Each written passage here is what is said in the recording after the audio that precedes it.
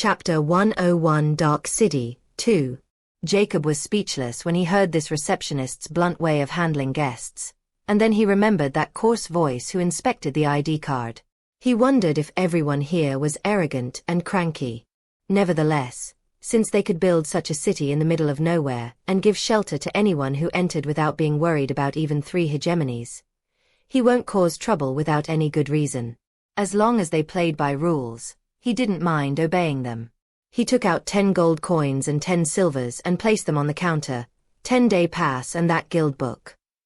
The masked receptionist coolly took the coins and asked, "Your name?" "Any name is fine." Jacob thought for a moment and then answered, "Jack." The masked receptionist started to move her hands under the counter, which Jacob failed to see. He didn't know what she was doing, but he waited. After a minute, the masked receptionist put a bronze card with strange wording engraved on one side, and when Jacob saw the other side, his eyes dilated because a timer 09D, 23H, 59M, 58S was running on it. He also noticed a dark-capped symbol on the top of this timer. When this timer reached all the way to 0, you'll have 15 minutes to leave the Dark City or to recharge this timer again. Remember this. We will know when it reached 0 and can find you anywhere as long as you are in the vicinity of Dark City, so don't try anything funny. If you neglected this, the city guards will detain you and impersonate you in the dungeon for 3 days and torture you. Afterward, they'll throw you out, and you'll be banned from entering the Dark City for 3 months. The receptionist coolly explained before she put a pocket-size book on the counter. "Your Dark City guidebook. Now you can get out of my face." Jacob picked up the bronze card and small book, but he didn't leave and asked, "Last question, why is this city in the uncommon region?" The masked receptionist sounded annoyed by this question. "Because many depraved and illicit bastards like you ran into the uncommon region when you have no place to go, and it's good for business. Now go, or those 4 haven't had a decent exercise in a while." "What a bitch," Jacob scoffed before he left toward the barricade. One of the tall guards coldly glanced at Jacob before he opened the way for him. Jacob didn't mind them and continued moving, and he finally crossed the gate and entered the clean valley-way which was made of solid stones. As he moved forward, he finally reached the end, where he saw many capped figures moving in masks. Jacob noticed this entire city was surrounded by steep mountains on each side, and only this valley led to the exit. Furthermore, he could spot small green balls embedded on these mountain walls. No wonder she sounded so confident about this place. What a peculiar organization. As he entered the city, he noticed many tall buildings made of stones and marble while there weren't any carriages, and everyone was sauntering on the city streets. However, Jacob could feel the murderous sensations from many capped figures, and he knew they weren't just ideal citizens, and he had to remain on guard. Although that voice told him no fighter or provoked others, some lunatics might not care about such penalties. As Jacob moved in the east direction, he noticed a butcher shop, and his eyes widened even so slightly when he saw the skewered uncommon animals. He entered the shop, and a large, burly man in a mask was sitting on a chair with a book in his hand. He didn't stand to greet Jacob and coldly said, "How much meat do you want?" Jacob didn't mind his attitude and said, "Do you have rare meat?" The masked man coldly said, "I only have 5 pounds in stock. The next supply will come in 2 days. How much do you want?" "1 pound for 1,000 gold coins, and the price is non-negotiable." Jacob's heart raced slightly when he heard this because he had yet to encounter a rare beast, but this guy had a source. This was simply a godsend to him. He promptly asked, "Can you arrange a rare heart and 1 liter blood of the same species?"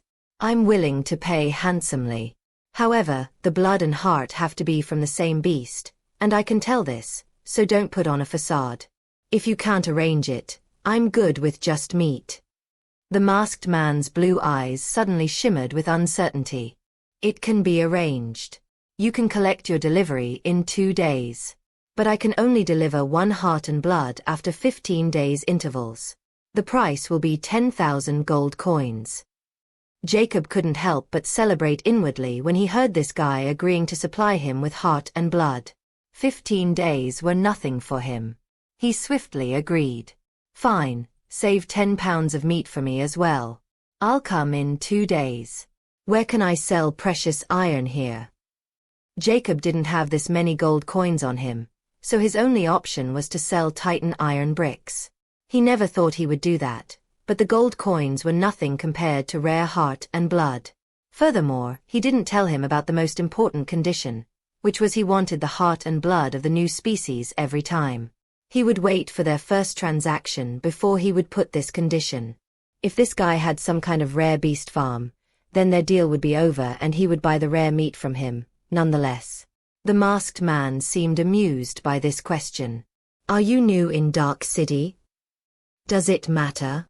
Jacob squinted his eyes.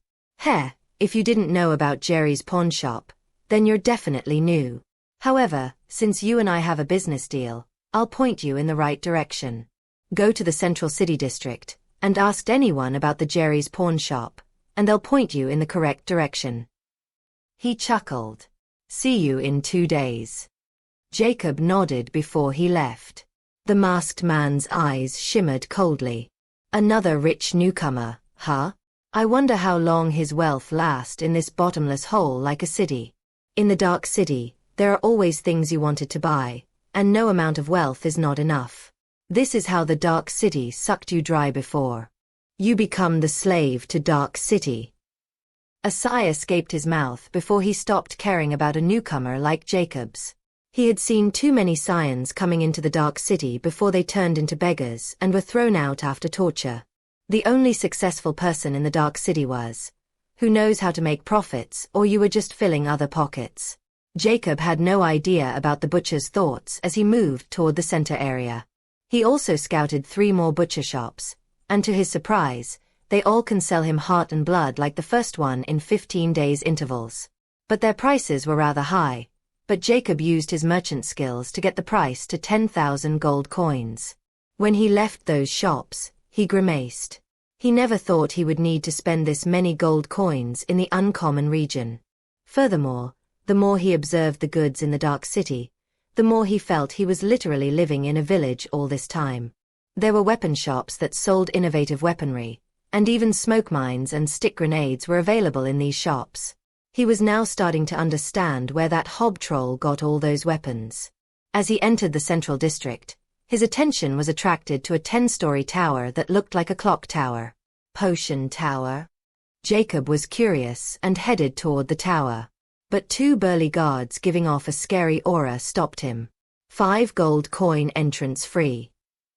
Jacob asked, what kind of goods do you sell in this place? If this was before, he might have given 5 gold coins without batting an eye, but now he needed all the money he could get, so he won't waste it without any good reason. One of the guards coldly replied with a hint of disdain. If you don't know about alchemy potions, then you might as well not waste your time. I'm afraid this place is too expensive for you. Jacob suddenly thought of something and asked coldly, are you implying to those color liquids that can heal or put someone to hibernation? So, you know about the hibernate rejuvenation potions. Yes, we sell those here as well. The guard nodded disdainfully. Good for you. Jacob sneered and turned around, leaving the dumbfounded guards. However, Jacob's expression was grave. It seemed I can't go on without a sufficient income source. This time he didn't take any detour, and after asking around, he finally reached a lavish 10-story building named Jerry Pawn Shop, and entered. Chapter 102 Meeting Jerry. Jacob observed the spacious interior of the pawn shop. There were many glass displays, and the items behind them were fairly high-end. He even spotted a scope. Dear customer, what kind of services you required? A petite woman in a silver mask approached Jacob at this moment. Jacob looked at her and coolly stated, I want to sell a precious iron. The woman's pinkish eyes remained static as she spoke. Please follow me. She directly led Jacob toward the east wing of the shop and led him inside a bright room, where a white-hair masked figure with pointy ears was sitting behind a work table and examining a small piece of stone with a loop. The woman approached the white-hair person as he had no idea about their arrival. He was too absorbed in whatever he was doing. She said respectfully, "Mr. Observer, can you please apprise this gentleman's item and give up its value?" Mr. Observer finally looked toward them with his green eyes. He coldly said, "You have a minute." She then looked at Jacob. "Please take out the item you want to sell." Jacob didn't delay and pulled out a black brick from his jacket, which he actually took out from his pendant. He had stored 4 bricks in his pendant, just in case he had to abandon the bags. But he never thought they would come in handy right now. Mr. Observer's eyes shone with surprise when he saw the black brick and snatched it from Jacob. Jacob didn't mind and stood still while coldly staring at Mr. Observer, who was now examining the black brick with a loupe. The woman seemed to be surprised by Mr. Observer's reaction and looked at the black brick with curiosity. Mr. Observer finally put down his loupe and spoke with a hint of elation. "An 89% pure uncommon Titan iron. 25 gold coins per gram. What do you think?" Jacob remained stoic on the surface, but he was surprised inwardly. It seemed the uncommon region didn't know the true value of this iron. "It is 2 times higher than the price I've in the guild and the agency. But they had very little on sale." Jacob answered, 30 gold coins per gram or no deal." He could tell this Mr. Observer was still holding back. Just as he thought, Mr. Observer didn't reject him outright and started mulling over it. The woman remained silent this whole time. She knew Mr. Observer wasn't someone who would suffer a loss when it came to bargaining. But the Titan iron appearance still astounded her because this metal was precious even in the rare regions. And this man had a whole brick that probably weighs over 1,000 grams. She wondered who this person was and where he came from. Mr. Observer finally spoke, "If you have 1 more brick, we have a deal." He deeply looked at the amber eye man. Truth be told, he was mulling over what kind of being Jacob was, from his slim and tall visage and his pale white skin. But no such species came into his mind. However, one thing was clear. Since Jacob was in the uncommon region and appeared in the Dark City, he wasn't here for a picnic. He was clearly hiding from someone. Nevertheless, they can't act in Dark City because of its rules. And they are not joking because the Dark City is just too strange, and as long as break any of its rules, they are doomed. No matter what you do or where you hide, the enforcers will hunt you down. That's why all these lawless were so lawful in this city, despite their past deeds and background. Jacob nodded impassively. "I have 2 more. How about 35 gold coins, then?" Mr. Observer's eyes contracted when he heard this, and gritted her teeth. 32 gold coins. This is the highest I can go." Jacob didn't push too hard since he could tell they had reached the limit and nodded. "Deal. Good, come with me. You can go now." Mr. Observer nodded as he stood up from his seat. The woman nodded and left the room. Jacob saw Mr. Observer moving toward the door in the back, and when he opened it, stairs were revealed. Jacob unhurriedly followed. He wasn't afraid that this old guy would play tricks. He had already noticed just how ethical and licit this place was when he was coming toward this place. Any shop he visited, they talked business without any hint of deceitful intent, despite their hidden bloodlust. He saw this dark city in a new light, and he was curious about why those people were so afraid. Besides, if he wanted to kill Jacob for his possession, then there wasn't any need to negotiate so hard with him. Furthermore, this was just an uncommon item, after all. He had long decided he would read the guidebook after dealing with his money problem. As for going toward the rare region, he wasn't in a hurry anymore since this place was far more alluring than the rare region to him right now. Jacob ascended the zigzag staircase with Mr. Observer, and there was only 1 room at the end of this staircase. Jacob mused they were already on the 8th floor, if not on the 9th. Mr. Observer calmly knocks on the wooden. A husky voice rang. "Enter." With a creak, the door opened, and they both entered. The room was of the same size as the 1st floor, but there weren't any displays on the wall, but exotic paintings and a comprehensive bookshelf. At the center of this floor was a huge rectangular desk with 15 chairs on one side and only a single chair on the other. A person sat on this single chair at this moment without any mask. Jacob's eyes contracted when he saw the appearance of this person. His skin color was purple, and he had long purple hair, light blue astute eyes with slit pupils, a long pointy nose, ears, and a long sharp chin. His mouth was wide, and his sharp canine teeth could be seen. He was probably 2 meters tall, and his body was burly as his muscles showed from his tight black outfit. Jacob quickly summoned the cursed Immortality and asked, "Tell me the tiers of these two." Jacob took this action because he could feel extremely strong pressure from this guy, which he only felt from the mutant. Mr. Observer introduced with respect, "This is the owner of this wonderful establishment, Boss Jerry. Boss Jerry, this gentleman here is selling over 3,000-gram Titan iron. So, I brought him here to finalize the deal." Jerry's eyes shimmered with a hint of astonishment when he heard this and flashed a smile, showing his beastly teeth as he said, "How delightful. Please take a seat." He pointed toward the seat in front. Jacob nodded as he walked toward the seat, while his focus was on the information on the blank page. "Ha ha ha. That big log is a purple hobgoblin from Goblin Race. It's currently at Tier 8, and it's very close to breaking its limit. As for this old fossil, it's a Tier 6 white troll without anything special. This place is interesting. If you slaughter just half of them, I promise you won't regret it." Jacob completely ignored the sentence. This book was simply asking him to jump from a cliff. He would be courting death even to try to kill just this rarer bread in the middle of Dark City. He was simply too weak. Likewise, he calmly sat down while Mr. Observer put the black brick in front of Jerry very respectfully. "May I know your name? If you don't mind." Jerry picked up the brick and asked politely. "Jack." Jacob calmly answered. "Jerry." Jerry nodded before he took out a golden loop from his drawer and examined the black brick. After examining the black brick for a minute, he finally put it down with an elated glint in his eyes. He asked Jacob, "Mr. Jack, can I check the remaining Titan iron?" "Why not?" Jacob nodded and put his hand inside his jacket and brought out 2 more Titan iron bricks, and placed it in front of Jerry.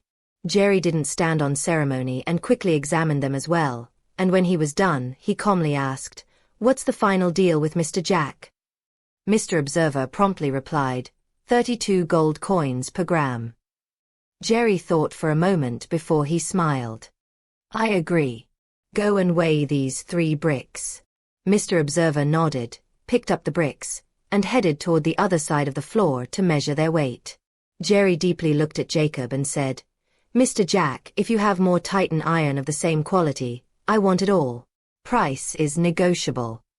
Jacob ambiguously answered, "I would love to sell more, but I only acquired these 3 pieces by chance." Jerry's eyes narrowed ever so slightly. He sighed ruefully. "Is that so? It's a shame then. Why are they interested in uncommon Titan iron so much?" Jacob was now suspicious. Chapter 103 True Value. Jacob wasn't a fool. From the moment Mr. Observer reacted after seeing the Titan iron and Jerry's sudden excitement, there wasn't gone unnoticed by him. Although he had no idea why they were so eager to purchase this Titan iron. But one thing was clear, there was something he doesn't know about Titan iron which they did, obliviously. Now, he had to figure out what it was. Furthermore, Jerry clearly had no idea the Earthen Kingdom of Hob Trolls had a reserve of Titan iron or with how eager they are, they might have already gone there to take control over that reserve by now. Jacob still has over 120 kilograms Titan iron of the same quality, and if he could find out why a powerful hobgoblin like Jerry was after, he might reap some unexpected benefits. Mr. Observer came back at this moment and told, "The total weight of the 3 bricks is 3,090 grams. The total amount in gold, 98,880. Jerry merely nodded and flashed a beastly smile at Jacob as he said, "We'll roundabout it to 100,000 gold coins. It's also a token of my goodwill, Mr. Jack. If you found more Titan iron or any good items, please consider selling to us first." Jacob didn't mind free gold coins right now. He nodded. "It's a deal then, Mr. Jerry." Mr. Observer asked at this moment, "Mr. Jack, would like to transfer this payment to your bank account, Or do you want it right now? Jacob only had 2 bank accounts, and they were from the uncommon region. They might give away their identity. Furthermore, he wasn't familiar with Zodiac Taurus Bank's rules and regulations since he never bothered to visit the place. P Alpha D Alpha no one. Oh, he didn't know whether or not his information was safe. But now it seemed he had to take a trip to sort out this account as well. He can't carry so many gold coins in person. Since they had a wire transfer system, he might as well make his life easier. However, he required a personal account that wasn't affiliated with any organization. So, he'll have to find a bank branch in Dark City and see if he was eligible to open such an account. He coolly answered, "I need it right now." Jerry nodded and stood up before he left toward a closed door right behind his chair. When he returned, there was a bundle of thick golden bills in his hand. He put the thick bundle right in front of Jacob. Jacob looked at the golden 1,000 bill, marked with the Zodiac Taurus Bank's name, and there was a picture of their signature bank building, Pantheon, on it. Now, he was in a dilemma because he had no idea if these bills are real or fake since he never encountered them until now. If he asked, Jerry might suspect something, but if he didn't, he might get a swindler of 100,000 gold coins. But when he thought about the rules and regulations of Dark City, he inwardly cussed Jerry before he picked up the bill bundle, which was extremely smooth, as if it was made with sheets of pure gold. He felt more at ease since no one would put this much effort into making a fake paper. Jerry's eyes shimmered a subtle glint when he saw Jacob putting the bundle of bills in his jacket's inner pocket without counting them. This was really a small probe from Jerry because these bills were only available in the bank branches of the rare regions.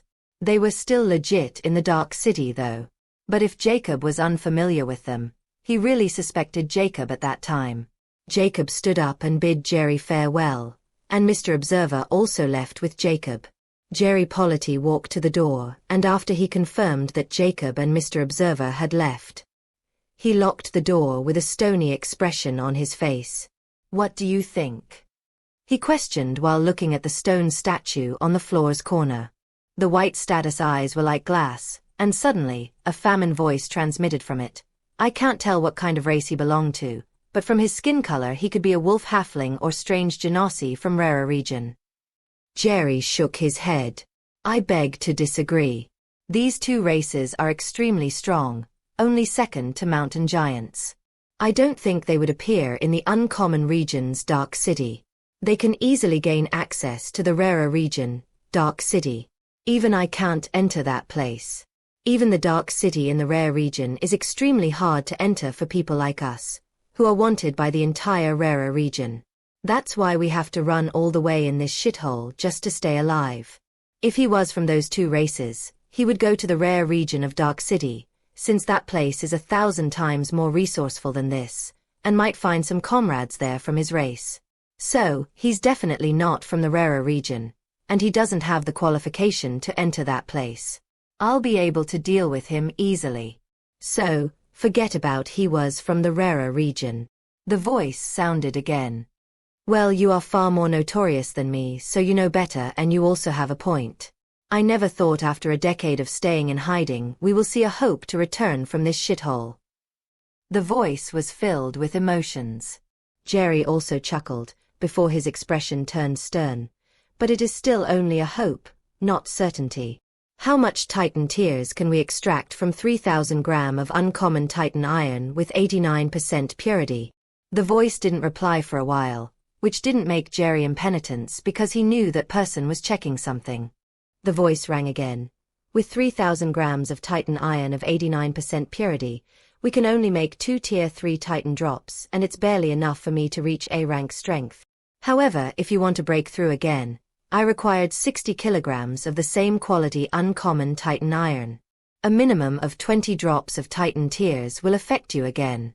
We have already exhausted all the Titan iron in the Dark City years ago. While we can't show our traces even in the rare region, they're still on to us, and the rare Titan iron is useless for us right now. Besides, we can't take risks.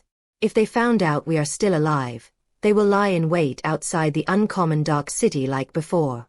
But they won't give up this time like last time though." Jerry was glum when he heard this. I know, you don't have to nag me about it. But do you think he had more? Maybe or maybe not. How about I put a tail on him and see if we might get something? The voice suggested coldly. Jerry nodded. But be careful. If he sensed something, we might lose an excellent opportunity. However, if he had more Titan iron, then he's doomed. His voice was laced with killing intent at the end. The voice chuckled. Heh, I know. Only we know the true value of Titan iron. If he showed any strange moments, hee. The voice laughed creepily before it stopped. Jacob had no idea about this conversation between Jerry and the mysterious voice as he was moving toward a pantheon in the Central City District, which was the signature building of Zodiac Taurus Bank. Even in the Dark City, only the Zodiac Taurus Bank exist, while there were no traces of either the Star Mercenary Agency or the two guilds here, and only the bank was allowed. After entering the building, he saw a huge lavish interior with eye-catching marble work, especially 8 huge thick pillars of the building and bronze statues standing beside these pillars. Jacob was here to see if those bills were real or not, and also to open another private account. He quickly approached an empty counter where a masked woman was sitting and doing some paperwork. Do you have any brochures about the bank in detail? Jacob questioned impassively. She finally glanced at Jacob and wasn't surprised to see him wearing a cap and mask. She coolly replied, 10 silver coins for the guideline manual. Jacob put the silver coin in front of her. She took the silver coins and placed a small booklet in front of Jacob. You can browse through it in the guest area. After you're done, you can come back and tell me what you decided. Jacob nodded and took the booklet before he found an empty seat and opened the booklet. There were many rules and regulations about the privacy and security of the bank, which Jacob had expected, and this put his mind to ease. It was just like any bank, and he didn't have to worry about the bank disclosing his information to others without his concern. Chapter 104 Zodiac Taurus Bank. After browsing through the entire booklet, Jacob got a good idea about the Zodiac Taurus Bank and just scary this bank was. Not only this was the only bank in existence, but they were the only organization that guaranteed the safety of their customers' wealth, and they had never failed in it even once. The most fascinating thing about this bank was its strange banking system. They had only one type of account available, a personal account. However, this one account had tiers, the lowest being the G tier while the highest being A tier. The uncommon region only G tier and F tier accounts that only C rank mercenary and B rank mercenary can open them. The G tier bank account didn't have any benefits, while the F tier and E tier had small benefits, like if they put more than 1 million gold coins into their bank accounts, they get 0.5% interest from the bank over every million they deposit. These tiers were the lowest. As for the D tier and C tier, their interest rate was 1% over a million gold coins, and their transitions will also cost 5% less than the normal rate. As for tier B, this account didn't exist in the rare region, because anyone who can upgrade their account to this level wasn't someone to trifle with because they were extremely rich. To upgrade a personal bank account, one required a deposit of 10,000 gold coins and they will get a G tier account. To upgrade to F from G, it was quite simple. The balance had to be over 1 million gold coins, and if the amount dropped from 1 million for a certain period of time, the bank account will then be downgraded to G tier again. The E tier upgrade limit was 50 million, while the D tier upgrade limit was 100 million, and the C tier upgrade limit was 500 million gold coins. As for the B tier, there were 2 conditions to upgrade the personal account to this tier. First, the balance had to be over 1 billion gold coins, and second, and most important, the owner needed a special recommendation from the rarer region. As for what kind of recommendation and from where exactly, it wasn't mentioned, but Jacob could tell it would not be just a random place. He can only know about this recommendation information when he would be eligible for this tier, not before. He wasn't even eligible for an F tier account, much less a B tier. After knowing the strength of this bank, he wasn't worried about anything anymore. Even the Dark City had no choice but to give the Zodiac Taurus Bank way in their city. This showed just how strong its grip was over the currency and economy. Jacob approached the attendant again and said, "I want to open G tier account." The masked attendant didn't show any emotion and nodded. Do you have any accounts in your name with another organization? Jacob's eyes narrowed ever so slightly. Does it matter? Yes, if you're A, C, B, or a rank mercenary or a high-level member of some guild, you are probably registered within our database through your name and DNA. Suppose if you're a C-rank mercenary and a basic apothecary, then you'll have 2 accounts to your name provided by both organizations. However, in our database, those 2 accounts don't exist, but only a personal account with different private transfer codes. You also don't have to deposit 10,000 gold coin as well. Simply put, you can only have one personal account but different private transfer codes. They all lead to your personal account. However, these private transfer codes will only generate if you're registered with a powerful organization, like our mercenary agency or guilds of the Alchemy Guild. They all have their unique transfer codes, and every member will get one when they registered in their database for the first time. Jacob was astonished since he had no idea about this. He confusingly asked, "Then where is my personal account?" The masked attendant chuckled at this moment. It seemed you never visited the bank after receiving your bank account information from the organization, right? Jacob was lost for words, since it was true since she was talking about it without any shock. This wasn't a new case. So, he told the truth. Something like that. Then that explains why you didn't know about your personal account details. So, do you want to complete the process now? Since you already have a personal account, you just need to complete the process. The attendant questioned. Jacob thought for a moment before he said, I don't have my guild or mercenary IDs with me, but I knew my private transfer code. Does it work? He didn't want to show his uncommon region IDs. And if she can't see them, she would never know he was from the uncommon region. As for using Decca's ID, he might have already had such an account, but he wasn't sure if he can gain access to it without any knowledge about its account number or identification. The masked woman nodded. I only need those to track your personal account. Jacob was relieved and told her about his mercenary private transfer code. Soon, she took out a tab-sized device and inserted the private transfer code, and when she entered it, details appeared. She looked at Jacob with astonishment. So, you really were affiliated with 2 organizations, huh? Quite rare for someone like to be here. Jacob remained impassive since she only found out about his affiliation, not about from which region of affiliation. We all have our reasons. He coolly replied. Now he was completely at ease. She nodded before she pressed a button and a scanner interface appeared on the screen. I need both of your handprints to complete the process. Jacob didn't mind and put his hand on the scanner one by one, and after she was satisfied, she quickly complete the last process. She then again handed the device to Jacob and said, write down the passcode. Keep in mind if you forget, you need to pay 10,000 gold coin to reset it again from our branches, and you need to be there personally. Jacob nodded and quickly jotted down a complex passcode that appeared on the screen and handed it over again. Afterward, the process went smoothly, and she jotted down something on the paper and then handed it to Jacob. This is your personal account number and personal transfer code.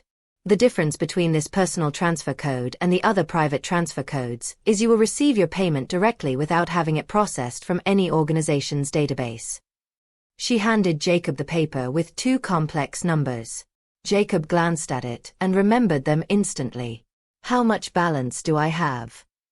He asked while storing that paper away. She looked at the screen and said, after deducting 100 gold coins processing fee, 2,090 gold coins. Jacob nodded since he had expected it. He then took out the bill bundle, which startled the attendant. Jacob noticed her eyes contracted when she saw the bills, so he knew they were real. He then gave her 10 bills and said, deposit them into my account. As he put away the remaining 90,000 in his pocket again. She received them and carefully counted them before she used the device to update Jacob's account balance. It's done. Anything else? She asked with a slightly gentle tone this time. She knew anyone who possessed these bills in the uncommon region wasn't some random Tom, Dick, or Harry. Jacob thought for a moment before he took out Decca's ID card and said, I want to know if this ID had an account register with it. You can't have that information as long as it's not your ID, she stated matter-of-factly. And how do I prove this is my ID card? Jacob asked unhurriedly. To make sure no one gains access to the client's personal information and their assets. If anyone wants account information on IDs, they had to scan their fingerprints first and pay a scanning fee. If those fingerprints matched the ones within our database, only then we can give you the information on the aforementioned ID card. She pliantly explained. This kind of thing was quite normal when some enemy got their hands on some IDs of their targets, and they came straight to the bank to gain information on it. So, to prevent this from happening, the bank had a very strict policy about it. No one can gain an account owner's personal information or bank account information without proving they were the actual owner. Jacob wasn't frustrated by this. On the contrary, he was happy. Because it would be a massive letdown if he had gained access to Decca's account information just by his ID card. That would have also meant his information wasn't safe either. Now that he was satisfied, he suddenly remembered something and questioned, how can I send money or know when I received it through a bank transfer? She suddenly opened a drawer and put a phone-sized device in front of Jacob and said, you have to buy this Zodiac money transfer device from the bank. It cost 20,000 gold coins and then registered with your bank account. Do you want it? Chapter 105 Potion Tower. Jacob left the bank building after he was done with his bank account matter and his concerns. In the end, he even bought that Zodiac money transfer device for 20,000 gold coins, since it could come in handy frequently. Furthermore, he now had a deeper understanding of Zodiac Taurus Bank and how advanced the rare region was compared to the uncommon region, despite still being in the uncommon region. Afterward, Jacob decided to visit that potion tower before calling it a day. When he reached the potion tower, those two burly guards' eyes narrowed. They instantly recognized Jacob from his get-up, who mocked them early. However, before they could berate him and chase him away, Jacob showed them 5 gold coins. I want in. Go. Unwillingly, they took the coins and let him pass. They didn't want to cause a scene without any good reason. Since Jacob was paying the entrance fee, they can't stop him or they will suffer terribly. Jacob merely smirked. He knew these people can't break the Dark City rules. They simply weren't willing to. So, as long as he doesn't give them a reason, they can't do anything to him.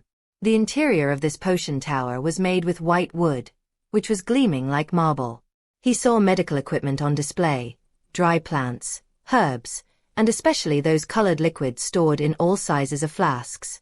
Most of the equipment he had already seen in Derek's lab, and he also remembered some unique equipment of this world from Decca's journal and also memorized the advanced herbology of rare and rarer plants and plant lore. He was probably as knowledgeable as an advanced apothecary, even higher, but he had no idea about liquids in flasks. How may I help you today? A high-pitched voice rang at this moment. Jacob turned around and then looked down. He saw a 2-feet-tall person wearing a white mask with a large nose. What kind of creature is this? He was astonished when he saw those long ears, and almost a feet-long nose, and small limbs. The little guy seemed to sense something as his emerald eyes narrowed. Are you mocking me in your heart because of my height? Jacob found it funny as he said, and why do you think that? I can tell since you didn't reply to me. Brat, if you call me short, I'll throw you out. He suddenly threatened Jacob without any good reason. Jacob coldly said, don't put words in my mouth. It's you being rude by calling me a brat. I'm here to buy some supplies. Why do I care about anyone's height? Now tell me, do you have any introduction manual for those potions? The little guy narrowed his eyes in suspicion, but since Jacob didn't call him short and he answered, we have 5 types of alchemy potions available for sale. The green potion or the hibernate rejuvenation, HR potions. Each newly filled glass cell can sustain hunger or slowly heal deep wounds, both external and internal, while it can put anyone under a deep hibernating state for a minimum of 2 years. It depends on who is using it and how strong or weak its body is. It cost 5,000 gold coins per liter. The blue potion or the fasting potion. Each newly filled glass cell can sustain Huger for a minimum of 30 days. It cost 500 gold coins per liter. Then yellow potion or the healing potion. Each flask can heal external and internal injuries within a few minutes. One flask will cost 10,000 gold coins. One drop is recommended for the common species. A half flask is recommended for uncommon, and an entire flask is recommended for a rare species. The purple potion or the detox potion. It can cure 100 kinds of rare poisons and illnesses. One flask will cost 10,000 gold coins. Lastly, the black potion or the haste recovery potion. It had both fasting potion and healing potions qualities, but it's 20 times more potent than both of them combine. It also can cure any kind of uncommon poison and illness. One flask will cost you 25,000 gold coins. We also have special painkiller pills, 5-time recover gauze, healing cream. Jacob frowned as the little guy kept going on and on as if he was possessed. All right, stop. Only now the little guy stopped his passionate introduction and looked at Jacob. Now, what do you want? Jacob wondered just who hired this annoying idiot, and he was now feeling extremely perplexed because after he heard those potions prices, he instantly thought about those filled tanks in Decker's hideout. Especially the tank with haste recovery potion. He felt his heart bleeding. There were probably 2 or 3 barrels worth of that potion in there, and it was all lost. In the end, Jacob only bought 5 new metal syringes, some painkillers, healing cream, and some gauze, spending 2,000 gold coins, and left the potion tower. Those potions had little use, and he already had the 4 or 5 flasks worth of black potion, so he didn't want to spend his gold coins on those other potions. He then checked into an inn for 2 days, and after he was done, he skimmed through the small guidebook he bought at the entry gate. He was astonished as he read because the Dark City wasn't like other cities. It wasn't a part of any nation, country, kingdom, or empire, but it was a neutral city, which was even scarier than any aforementioned establishments. Because in every region there was only a single Dark City and it didn't exist in any nation's territories, but in the most dangerous zones of that region. Furthermore, every Dark City had its unique entrance qualifications, and without possessing those qualifications, even a nation's leader can't enter a Dark City. Not only that, but the organization behind the Dark City was completely unknown, and no one knows who they were. Even the 3 hegemonies never comment on this mystery. That's what made the Dark Cities truly unfathomable, and no one tried to break any laws of Dark Cities. For anyone who did, the result was within a signal night, the offenders with their families, clans, tribes, or even their nations vanished from the face of this world without anyone knowing how. This Dark City Jacob was in, was called the Uncommon Dark City, and only rare species can enter this place. As for the rare Dark City in the rare region, there wasn't any map or any details about that place.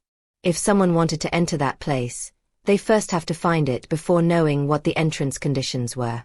What truly drew Jacob's attention was the independent noble systems of Dark Cities. There were Dark Noble ranks, divided into Lower Dark Noble, Upper Dark Noble, Dark Baron, Dark Viscount, Dark Earl, Dark Marquis, and Dark Duke. These ranks can be earned by doing dark missions issued by the city admin manor. Every Dark Noble rank gave special advantages and privileges in the Dark City. Such as an Upper Dark Noble didn't require paying to stay in the Uncommon Dark City. The other privileges weren't written. However, just becoming a Lower Dark Noble was almost impossible to even in Uncommon Dark City because dark missions weren't available 24/7 like a mercenary guild. But every Dark City only issued a single dark mission every year, and anyone can accept them, and whoever completes it first will earn the corresponding rewards. Furthermore, these dark missions had timelines for a single year until the next dark mission was issued. If someone completes a dark mission even a day above the last day, it would be voided. That's why earrings, a Dark Noble rank of Dark Cities, were so much difficult, and everyone fought tooth and nail for these missions. Most of the time, these competitors end up canceling each other from completing these missions or getting in each other's way, which results in mission failure. Jacob couldn't help but scoffed in the end, when he finished reading the small booklet. He was naturally curious about the background of these dark cities and how they were controlling powerful people to do labor for them. But he was also interested in these dark noble ranks since it would save him a huge amount of money. However, he won't be going to be distracted by these small benefits when he can earn a huge amount of gold by himself as long as he put his skills to use. But he didn't have time for this because he was waiting for the heart and blood of the rare species, which would come in 2 days. He would buy those hearts and blood and all the rare meat he could before he'll leave the Dark City to find a remote place to start his injection process. Although the Dark City was completely safe, it was monitored. Even if there was a remote possibility that someone might notice his special constitution, he wasn't willing to take that risk. So, leaving the Dark City and then coming back after he was done would be his best choice. Or if he thought the uncommon Dark City wasn't enough for him anymore, he might leave for the rare region without coming back. He required a large amount of rare meat to sustain his hunger, and if he tried to buy all that meat from the Dark City, he required millions of gold coins which he didn't have, nor he was willing to pay. Because he can hunt them himself as long as he knew where they were, and this was much faster this way. Especially after breaking the 20% limit, or 30% even.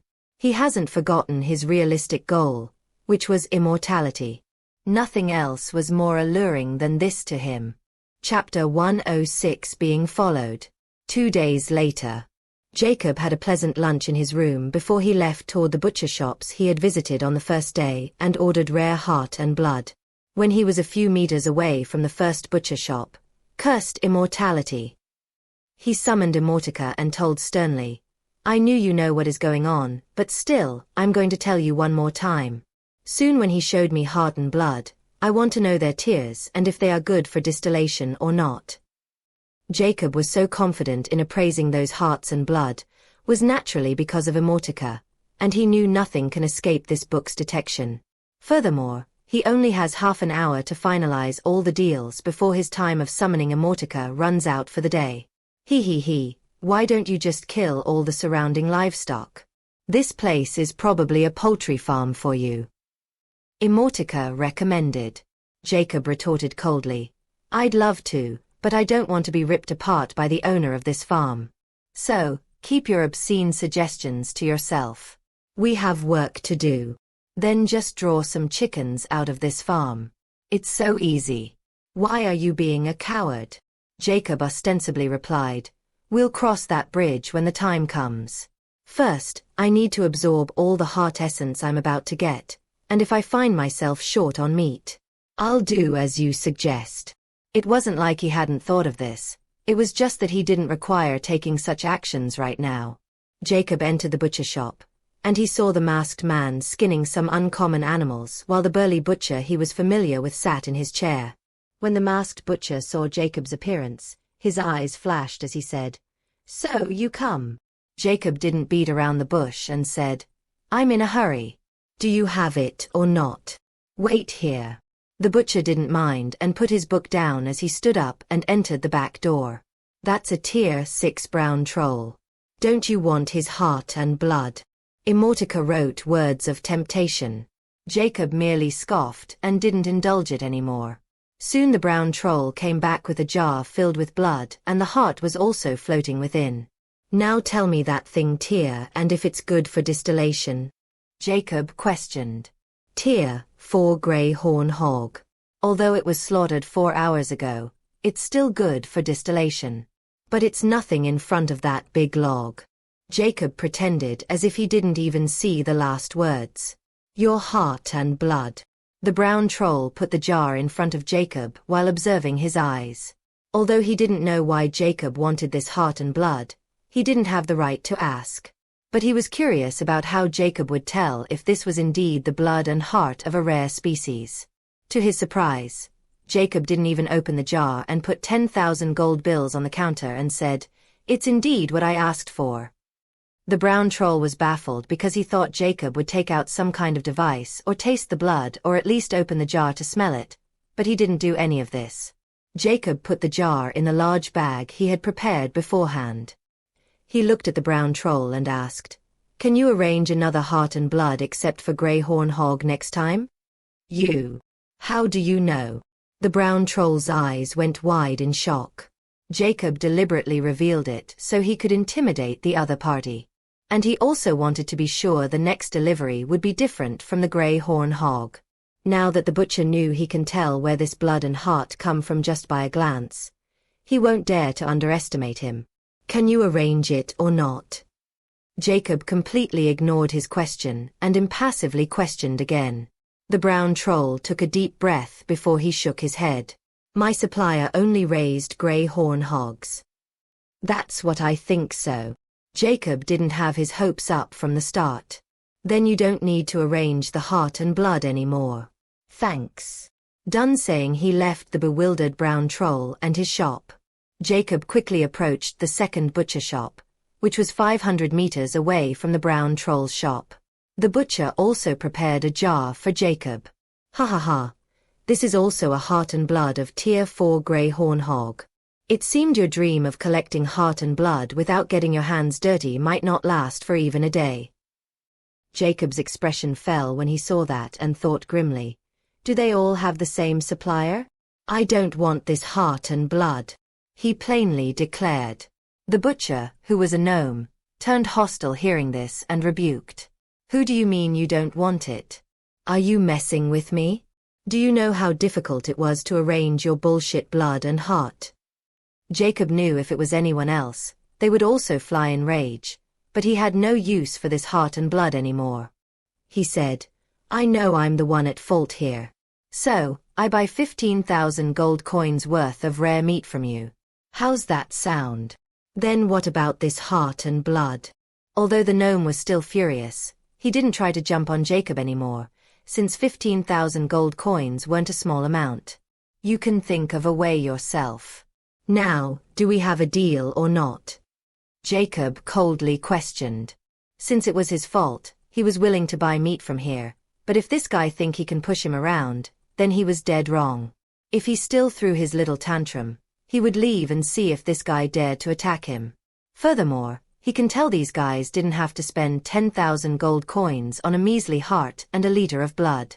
In the end, the gnome had no choice but to agree because he could sense Jacob would leave if he tried to play the victim anymore. Jacob left the shop with 15 pounds of rare meat. He then headed toward the third shop, which turned out to be a letdown as well, with the same type of blood and heart again. He again settled this matter with 15 pounds of rare meat. Without much expectation, he entered the fourth shop, which turned out to be the same as the previous two. Now, he had 45 pounds of meat, and he headed toward the last shop. His hopes were completely extinguished now, and he would buy 15 pounds of rare meat more before leaving the city. 60 pounds of meat was enough to sustain his hunger until he found rare prey, and he was even thinking about going to the rare region without coming back to the dark city anymore.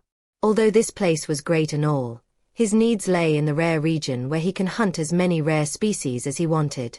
As for killing the people in Dark City, it was a very time-consuming process, because most of them were criminals. They were just refugees in Uncommon Dark City, and there wasn't anywhere worth going in the Uncommon region as well. So, these people seldom leave the Dark City and mostly worked there since there was almost everything available there. Just as Jacob predicted, the last shop also turned out to have the same meat supplier. Now, Jacob wondered who this supplier was and where his farm was. If it was something in the Uncommon region, he didn't mind plundering it. However, even the shop owners didn't know who it was since they only had business deals through his attendants. So, this was also another dead end. Jacob didn't waste any more time on other butcher shops and visited some weapon shops on his way. Now, he had spent all the money he earned from selling the Titan iron, except the 10,000 in his bank account. So, he left toward the exit. The gate guards didn't block his way, but they were somewhat astonished since someone leaving the Dark City was a rare sight in Uncommon Dark City.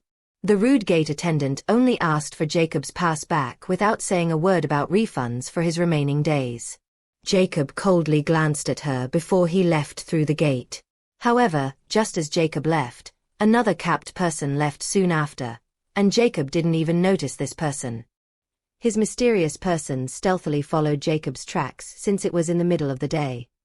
He quickly spotted Jacob going toward the border river. Is he leaving? the capped person thought while continuing to follow Jacob, while Jacob had no idea about it. He was going toward the area where he buried his 2 bags. Chapter 107 Mutant Heart Essence. The strange thing about this person was while he was moving, there wasn't any sound of breathing or his movement on the ground. His heartbeat was almost non-exist. What a strange breed. First, he goes to the bank and then to Potion Town before he locked himself in the inn for 2 days.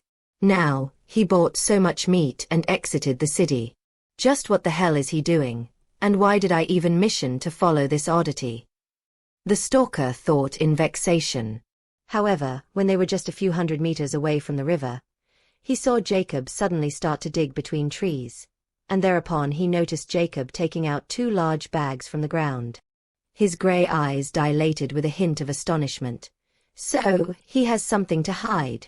Could it be that he's one of those thieves who robbed some prominent clans and then escaped here with treasures? It has to be the case, and the geezer just happened to notice it, and that's why he told me to tail him and report if he has done anything suspicious.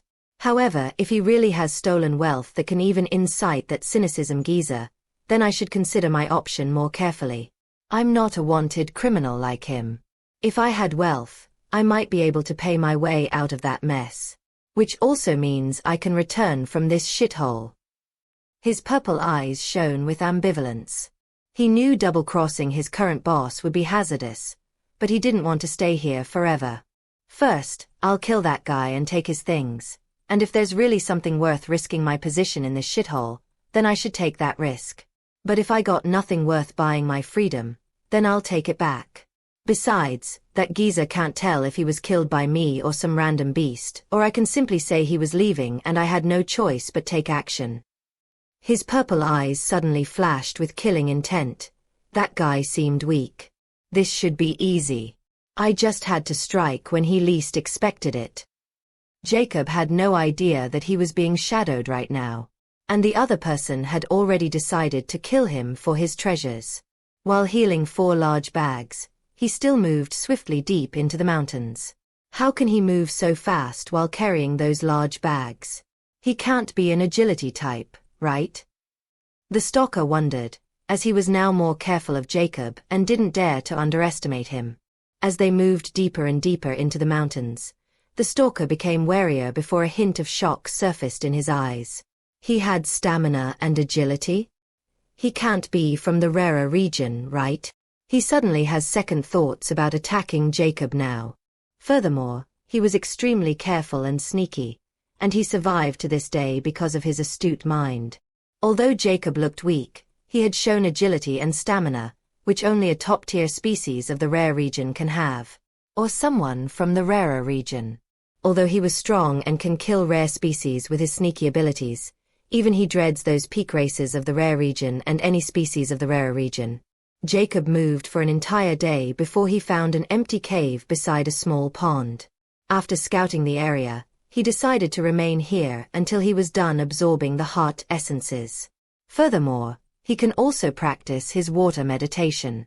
He was very close to 2 hours mark, and he hadn't practiced it ever since he left the Lionheart City. Just to make sure no one intruded or some strange animal or beast attacked him while he was absorbing the heart essence, he found a large boulder to cover the mouth of the cave. After he was done blocking the entrance, he calmly sat bare-chest. He took out the heart essence of the mutant. He decided to absorb this essence first because according to Immortality, the chance of awakening an ability was much higher with this mutant's heart essence. Secondly, he didn't want to cross the 30% limit without having his body completely acclimated to 20%. He didn't know he would even survive that kind of hunger or simply blow himself up by eating.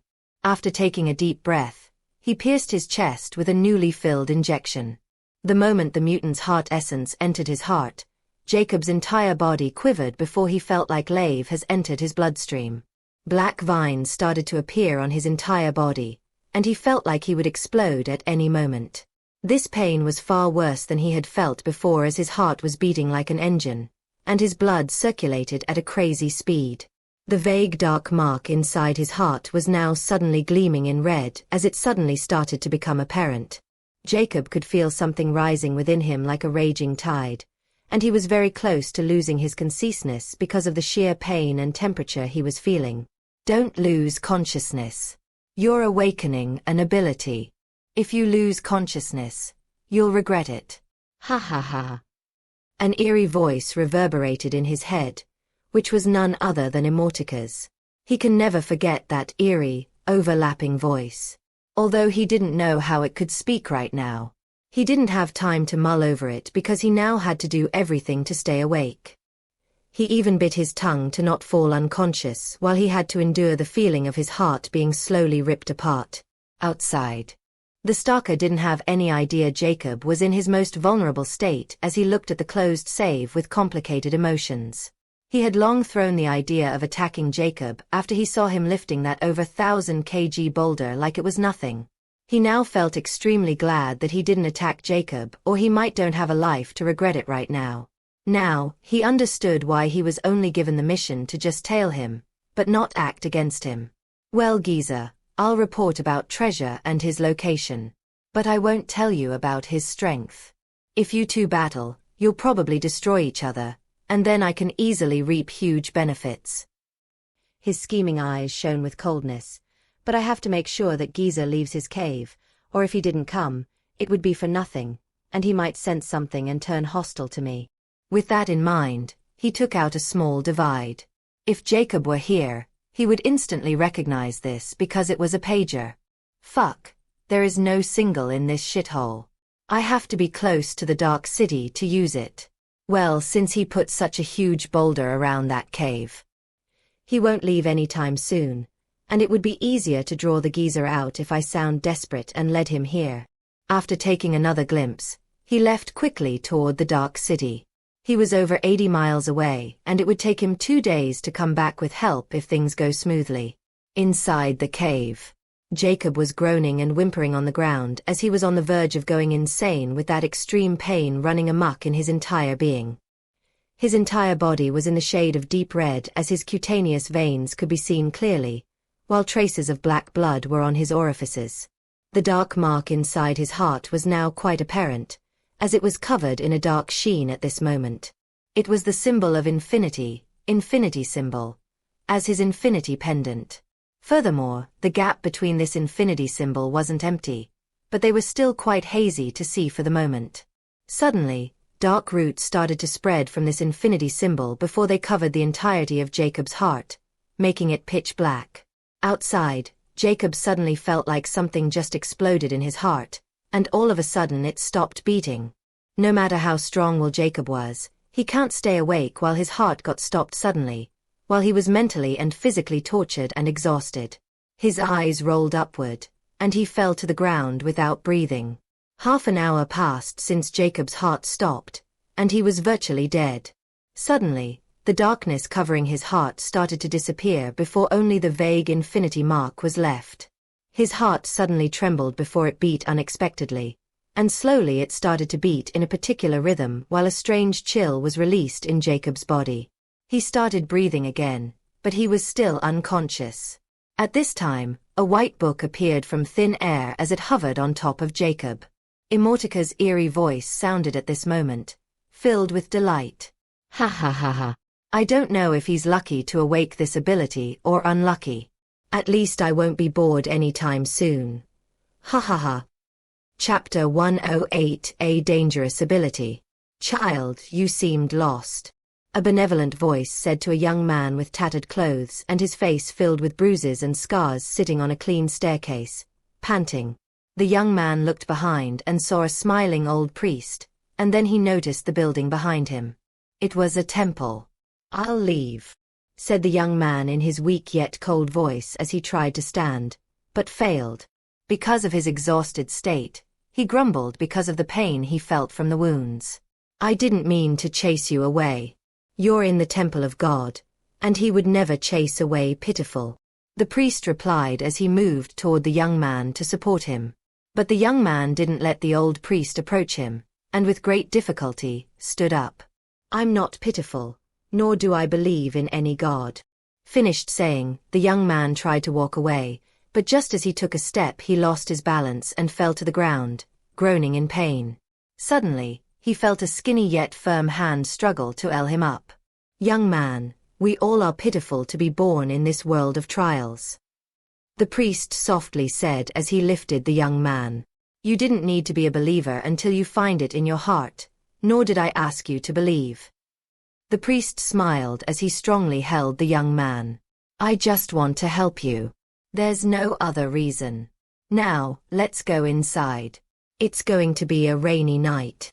The young man looked at the priest with a hint of disbelief and shame, but he didn't reject the help anymore as he slowly walked toward the temple entrance with a slight warmth in his stone-cold heart. Rumbled. The sound of thunder rumbling rang in the rainy mountain ranges as the dark clouds covered the sky. At this moment, ag. Suddenly, a powerful groan reverberated in the silent cavern as Jacob's fingers start twitching. With dizziness, Jacob pulled himself off the dirty floor. I'm still alive." He was bewildered as see the same surrounding. A complicated glint flashed past his eyes. Why do I dream of that senile old man? I even saw his annoying smiling face clearly, which I had almost forgotten in all these years. A melancholic sigh escaped his mouth as he mumbled, "It's been a long time, hasn't it, Pops?" However, before Jacob could indulge in the past, his stomach rumbled loudly. Jacob's expression was horrified because he felt a sudden hunger of the same level as he felt the very first time, or even worse. Without having any time to think, he quickly dashed toward the bags, which were filled with slabs of rare meats. Although he doesn't know how long he has been unconscious, he heard the rare meat won't go rotten for 5 or 6 days even if you didn't preserve it. The meat was really fine, but even if it wasn't, Jacob wouldn't care about it since he was feeling goosebumps as his hunger kept rising without any sign of stopping. If he didn't eat anything, he might really die.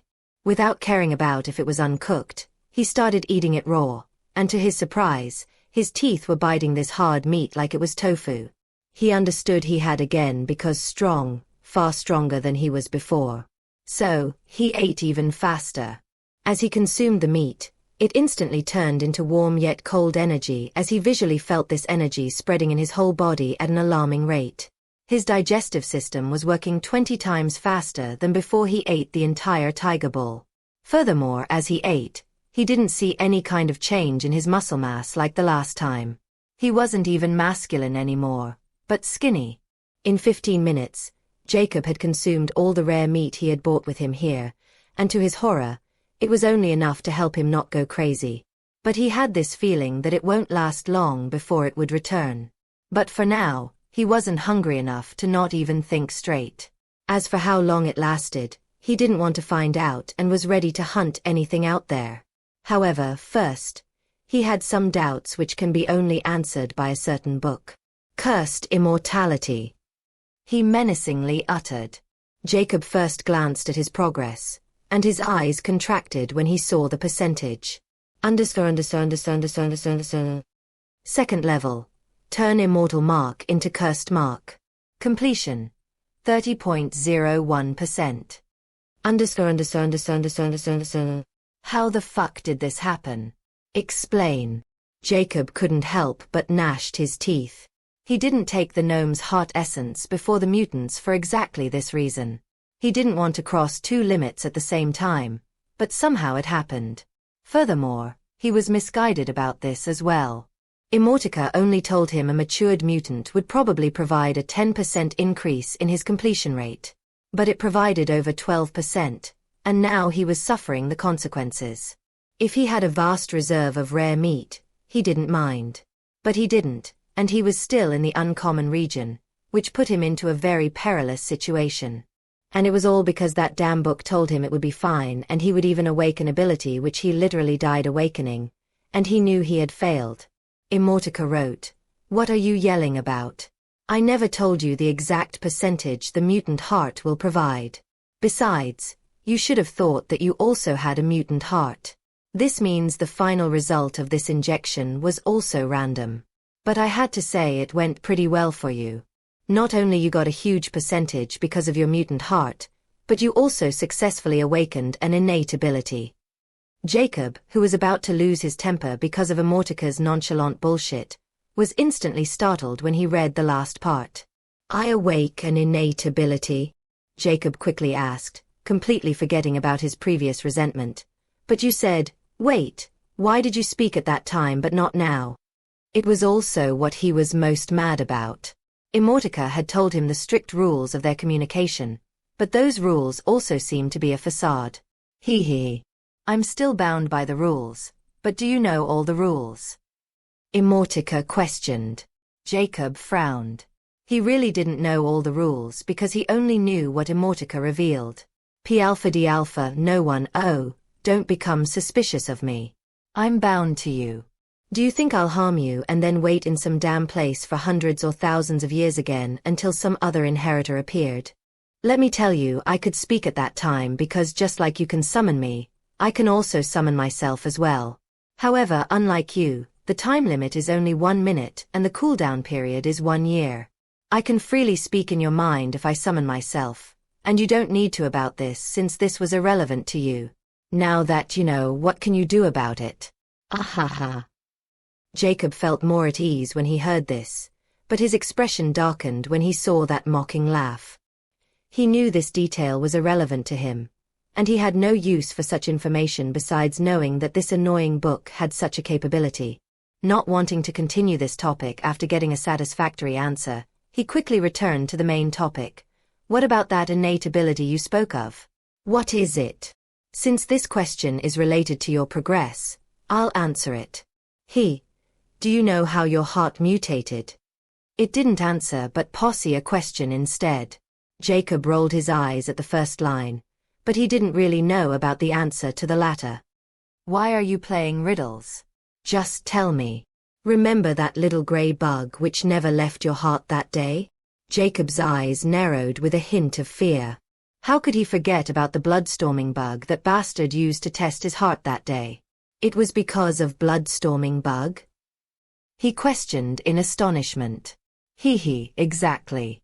That bug died after taking a few bites off your heart because you were already on the verge of creating the immortal mark at that time, and its carcass was left there before it melted into your heart when the immortal mark was formed.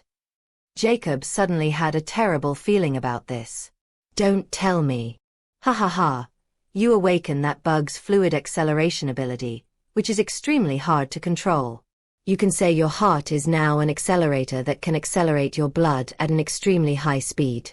Although this ability is quite useful for many reasons, as long as you can control it. But it's much more difficult said than done.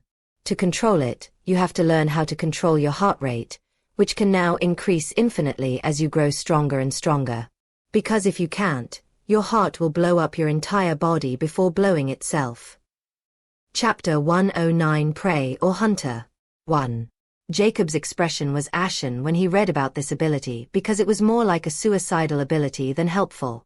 How would I know it has activated or not? Jacob asked quickly because he suddenly felt like something was extremely wrong. Ha. Didn't I tell you it's your heartbeat? It's the key to fluid acceleration. If you want to activate it, your heartbeat rate should be around 10 heartbeats per second, BPS. Let's call 1x acceleration. However, it's where your real problem lies because once you enter 1x acceleration, you'll have to learn how to keep it that way. Because it would only increase, not decrease. Right now, your current heart can handle 3x acceleration or 4x for a few seconds. As for your body, it would explode at 2x because it is still not balanced with your heart's progress yet. Not only do you have to learn how to maintain the exact acceleration speed and control it, but you have to learn how to reduce it as well because once it's started, it won't reduce on its own. You're not like those bugs that can only use fluid acceleration on others and didn't care about stopping it afterward, nor they can. But your plight is you can start it on yourself and have to learn how to stop it. Jacob smiled wryly when he read this. He had to admit this ability was as useful as it was dangerous. Because with this fluid acceleration, he can make his blood circulation at an extremely high rate, and blood circulation fueled the human body. If Jacob can accelerate it at will, not only will it increase his sensory reactions and physical performance, it can help to heal his wounds faster, it can make his brain sharper and his senses extremely high, and it can help him digest nutrition at an alarming rate. However, this was also a double-edged sword, just as Immortality disclosed. If he accelerates his blood circulation over his heart and body limit, he would really explode. But this wasn't the only danger. He would burn his body energy extremely fast, which means he is required to keep a high energy source ready all the time. But first, he had to learn how to decrease and increase his heart rate like breathing, but he was afraid to activate it and then not be able to handle it. While he can't just let it as it is as well, because if he didn't learn how to control his heart rate, he might accidentally activate it when he experiences some perilous situation, and he knew he will. This world wasn't peaceful, and he also required strength to achieve immortality, so it was only a pipe dream if he thought he can achieve it without experiencing any dangerous situations. I guess you don't have any excellent suggestions to master this fluid acceleration, do you? Jacob inquired with narrowed eyes. Although he still resents Immortality, he knew when it comes to knowledge, it was the only thing he could count on. I can't answer that. Immortality playfully rejected. Jacob pulled a long face, but he knew the information about the fluid acceleration was the only thing he would get from Immortality. So, he didn't waste his breath on persuading it, since it was meaningless. But, you'll find it on your own. I have faith. Haha. Jacob's eyes shimmered when he read this subtle line. But before he could mull over it, he suddenly heard footsteps outside the cave entrance. He only noticed that his hearing had become even stronger than before. Although those footsteps weren't exactly outside the cave, they were closing in, and quickly at that. Are they coming for me or simply passerby? Jacob mused. What are the tears of those people? Jacob quickly asked Immortality with a hint of anticipation and killing intent. The Dark City was only a couple of miles away from this area. If they're some rare species, he didn't mind killing them. He direly needed nutrition right now, as his hunger was nowhere near sustainable. Since those guys delivered themselves, he didn't mind eating them and collecting more hearts and blood in the process. Oh, ha. You won't believe it. There's 3 of them you even know between these prey, and one of them is even your old acquainted. When Jacob read the entire writing, he was astonished before a murderous glint flashed past his rancor eyes. So, that's how it is, huh? I never thought they'll send someone after me, and I even failed to notice it. But to think it that motherfucker again. Well, since they're courting death, I don't mind harvesting some high-quality meat and collecting some debt in the process as well. Jacob's lips rose into an icy smile. If they came before the absorption of the mutant's heart, he might have decided to run, but now he was confident in handling them. They simply pray for him right now, not enemies. Although Jacob looks skinny right now, he was laden with power, and as long as he didn't go overboard, his body would not break, and his heart rate will remain under the 1x acceleration limit. He quickly donned his clothes and mask before he sat down on the corner and wait for the prey's arrival. Thereupon, Jacob heard the voice of the boulder moving as his lips curled. He's probably stronger than the mutant. Well, this also means he can probably make my body 50% adaptable with my current heart if I ate him. He licked his lips like a hungry wolf. Mr. Jack, how about you grace us with your presence? A sarcastic voice rang in the cave without any hint of urgency. Jacob finally stood up and walked unhurriedly with both hands in his pocket. At the mouth of the cavern, Jacob saw 3 figures. One was 2 meters tall and burly, while the other 2 were half of its size. One of them was even wearing a cape. Jacob sounded surprised and fearful. You're quite far from home, Boss Jerry and Mr. Observer, and your friend, I guess. Yes, the 2 of them were indeed Jerry and Mr. Observer from Jerry Pawn Shop. Jacob didn't know they would put a tail on him just because of Titan iron bricks, and they probably came here after learning he had more and to make sure he won't escape. Jacob had to admit, Jerry was extremely strong, while the capped person also gave off a powerful feeling. He was probably an A grade while Mr. Observer was as strong as that hob troll of Killer Skull Society. This lineup was enough to destroy the entire uncommon region, and they're here just for uncommon Titan iron? Jacob was now even more interested in why they wanted this Titan iron so badly to even leave the protection of Dark City and came all the way here to retrieve it. Jerry smiled coldly as he said, "Mr. Jack, you deserved this treatment. Since we're done with the pleasantries, how about we talk business?" "What kind of business, if I may ask?" Jacob's voice was filled with trepidation. "Nothing much. We just want to buy the Titan iron you have and also want to know your source. In return, we'll let you live." Jerry pulled a sinister smile at this moment while he excluded a powerful killing intent. Although they were told Jacob had buried some bags in the wilderness, they weren't sure if they were filled with Titan iron. But just the chance was enough to make Jerry leave his turtle shell. He was extremely confident in taking care of Jacob before returning, and with his allies, there was nothing that could go wrong. Even if Jacob had an A-rank strength, he can't do anything but submit. As for letting him live, it was the question of whether they needed Jacob alive or not after they learned about his Titan iron source. Jerry even prepared a high-level parasite gem to enslave Jacob if they deemed him valuable. "In exchange for my life, I'll naturally tell you everything. But can you at least tell me why you're so interested in uncommon Titan iron?" Jacob asked sheepishly. Jerry was even more at ease when he sensed Jacob's fear and merely chuckled. "Heh, if I tell you, I have to kill you. But since just made it apparent that you do possess a Titan iron source, I'll tell you a little. You see, the Titan iron can be turned into a special elixir that can help us grow stronger without any consequences. It is the extent of information I can give you." Jacob's eyes dilated when he heard this. "All right, now that you know, I required you to place this gem on your forehead. Who knows? I might even let you enjoy the elixir if you serve me well." Jerry suddenly tossed a small black pouch toward Jacob and gave an absolute demand. Jacob caught the small pouch when he opened it. It was a parasite gem, but it was slightly different from the parasite gem Decker used on him. Chapter 110 Prey or Hunter 2. Jacob looked at the crimson diamond-shaped parasite gem with two long needles on one side and a very tiny black symbol within. Although this parasite gem looked the same as the one in his possession, the symbol on this wasn't the same. Nevertheless, it was the least of his worry. He looked at Jerry while his eyes suddenly turned icy. "You want to coerce me to be your slave?" Jerry coldly smirked. "So what if I am? You can choose to do it the hard way as well. But I don't like to get my hands dirty, but I don't mind it either." Mr. Observer also had a complicated look on his face as he looked at Jacob, as if he was looking at his own reflection of the past.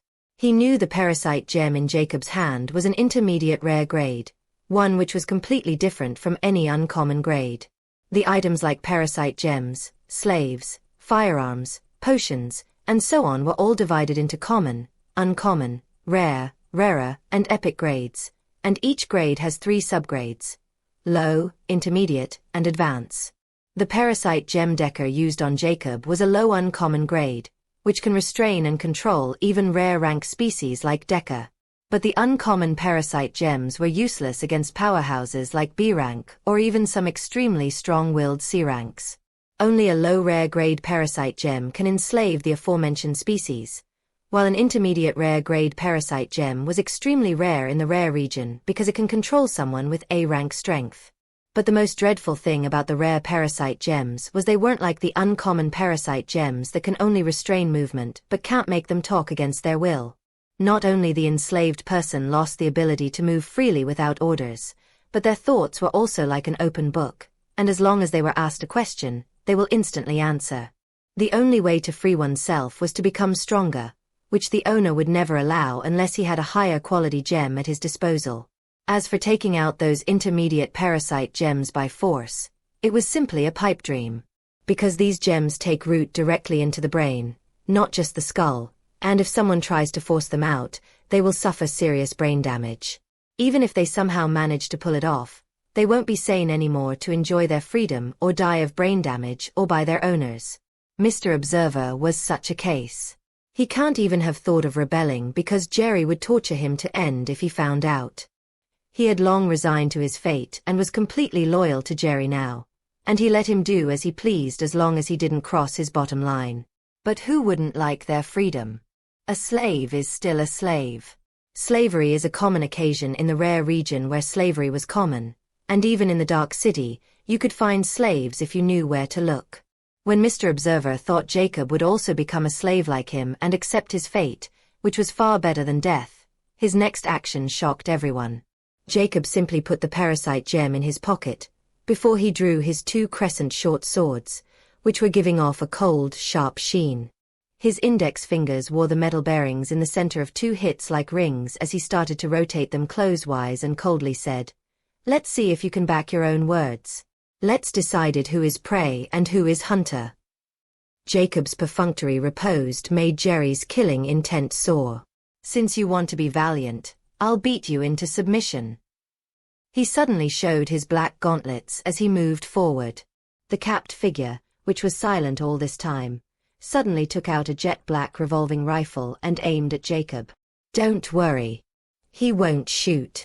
But before Jerry could express his intentions, his eyes contracted because Jacob suddenly moved, and his speed was extremely fast, so fast that he was already a meter away from him, and his sword was coming right toward his head.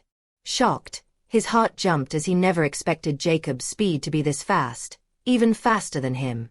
But he was also a combat master, and his reflexes weren't any lower than Jacob's, and he used the thick metal plate behind his gauntlet to block the strike while using his second hand to punch Jacob in the face. He thought Jacob was only proficient in speed, and he won't be able to take his punch. However, what happened next made everyone startled. Jacob's speed suddenly spiked before he twisted around the incoming punch while he changed the trajectory of his sword with a rotation, and before Jerry could react, the sword was already stabbed in his forearm. When Jacob moved the chisel blade, Jerry's entire arm was torn. Ag! Jerry felt blood-curdling pain. Boom! The capped figure finally snapped out with Jerry's shrill scream and pulled the trigger hastily. But to his terror, Jacob was ready for this, and he covered himself with Jerry's massive body, and the shot was missed. Jerry wanted to punch Jacob away, but Jacob simply ducked it with his superhuman reflex, and Jerry wasn't even focusing because of the pain of his torn forearm. The next moment, another shrill rang in the vicinity when Jacob tore Jerry's knees. "Ah! Botta! Cog!" Before he could say another word, the sword was already pierced through his larynx, and when Jacob retrieved the blade back, a fountain of blood bloomed.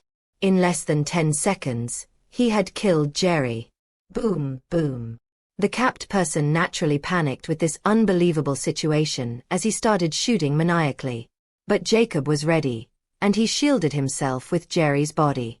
Click, click, click. The sound of the trigger being pulled forcefully rang in the cave at this moment, which meant there were no bullets. Jacob finally appeared filled with blood like a bloody ghost and instantly closed in the distance between him and capped person. "Spare me." A panicked feminine voice rang, filled with appalling. However, Jacob didn't even blink as he routed his blade, and without holding back he hammered the hilt directly on the capped head, and the next moment, the person dropped to the ground unconscious. Since even Jerry couldn't put in a fight with Jacob, this guy wasn't his match, either. As for Mr. Observer, he was petrified on his spot as if he had seen the most horrifying sight of his life. When Jacob knocked him unconscious, he simply fell without making any groan as if he was already scared silly and lost consciousness. However, Jacob didn't stop there. He completely ignored the three and darted toward the forest with a murderous look in his eyes. Right at this moment, something suddenly moved, bolted between trees when it saw Jacob closing in. How did they all lose? Knew, how did he know I was hiding right in this place? Even that geezer can't tell when I try to hide from him. This guy was probably pretending to be a pig all this time. The shadow kept darting between trees in a pole, trying to get rid of Jacob's hot pursuit. Why? This guy can't just give up. Bang! A gunshot sounded, it landed right on the shadow's leg, and it lost its balance. After clashing in some branches, a small cloaked body fell to the ground. A bronze-skin ugly face was groaning in pain, but when it saw Jacob sauntering toward him with menacing eyes, he quickly dissuaded as he moved back on his limbs. Don't. Don't kill me. I can be your slave. I know many things. Jacob suddenly sneered. Then tell me, do you remember over 2 years ago, you led 2 giants toward a hideout? Jacob was so adamant about hunting this bastard down because this was the same bronze goblin, Chad, that screwed him over and made him flee Decker's hideout, and this time he again led Jerry's group to his hiding place. Chad's eyes contracted when he heard this, as disbelief surfaced in his eyes. How could he forget the event that led him to his current predicament? That day, they didn't find anyone in that hideout except some tools and dry bones, even after ransacking the entire hideout. They even waited for 2 days, but no one appeared. However, those bones they found made the giants agitate, and they wanted to test their origin, and when they did, they nearly went berserk in Dark City, especially Montel, who razed an entire building to rubble. It was all because those bones belonged to an imp goblin, who was probably their target of interest. As for the killer, they had no idea, but this also put an end to their search, and those giants were blacklisted for 10 years in the Uncommon City as well. Chad also suffered because of those giants' actions, and he got the short side of the stick. Chapter 111. A Devil. Chad was the most miserable because he was with the giants. He also got blacklisted for 1 year. Most importantly, he nearly died after taking a rageful punch from Montel. How he survived was a miracle, but afterward, he had to spend his entire saving to recover and survived in the wilderness for a year. It was also that time when this mysterious person approached him and offered him a job for protection because he was famous for his tracking skills. But he had to sign a loyalty contract which was as good as a slave contract, and as long as he remained in the uncommon Dark City, he can't hide or broke the contract. In the end, Chad had no choice since he was in dire need of help, and most of the residents of the Dark City weren't willing to do business with him because of the giants and his blacklisted status. From that day on, he was working for this mysterious person while he hated the giants and Decker's killer to the bone since they were the ones who were the main reason for his miserable life. However, not even in his dreams, he thought that the mysterious killer would appear again, and the killer even knew him. Why you killed Decker? He was gobsmacked and appalled as he looked at the masked figure stained in blood. This was simply ironic that he finally met the culprit for his sufferings and he was completely helpless to resist. Although he dreamed of meeting the bastard who ruined everything, now that dream has come true, it turned out to be a nightmare instead. Jacob coldly replied, I even ate him. It seemed you knew that bastard. A chill ran down Chad's spine when he heard this, and his throat got dry. He hoarsely spoke. It was because of his tribe that I was exiled from my tribe and had to run in this barren place. But I didn't mean to ruin your peace. It was those giants. He gritted his teeth in hatred.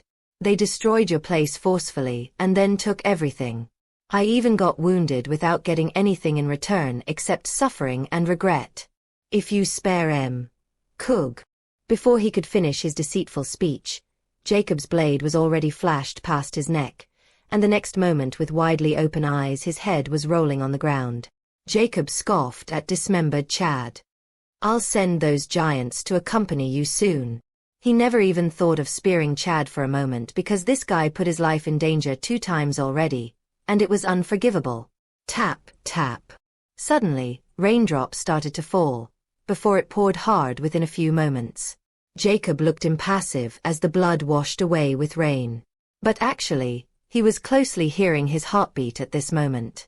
Even after all this combat and running, my heartbeat is still stable, and only my hunger is rising. It seemed the fluid acceleration is going to be hard to master. But I also don't have to worry about accidentally activating it now as long as I didn't encounter real danger. He merely smirked at the end because he knew after raising his body equal to his heart progress of 30%, he might not need to worry about the rare region at all. Nevertheless, he wasn't arrogant enough to believe this delusion. He picked up the headless body and head and hurried back toward the cave. He was going to have a goblin feast tonight. Ag. An anguish shrilled rang in the cavern before Mr. Observer opened his eyes, filled with pain, and with great difficulty, he lifted himself from the stone floor. However, He nearly fell down with a daunted expression when he saw a small humanoid body skewered on top of a large fire. But he was completely scared out of his wits when he saw a pile of bones beside a long silver hair person, who still had a large crispy and charred leg piece in his hand and gobbling it down like a wolf. Although he looked pleasing to the eyes, in Mr. Observer's eyes, he looked like a devil at the moment. "So, you finally decided to wake up, huh?"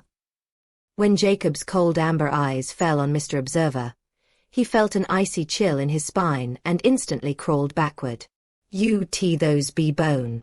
Heh, that's your boss. Although he was an ugly swine outside, he's much better from the inside." Jacob's lips curled up into a devilish smile as he confirmed Mr. Observer's guess. Mr. Observer's eyes were wide opened in horror as his back was now facing the wall, but he didn't dare to speak anymore.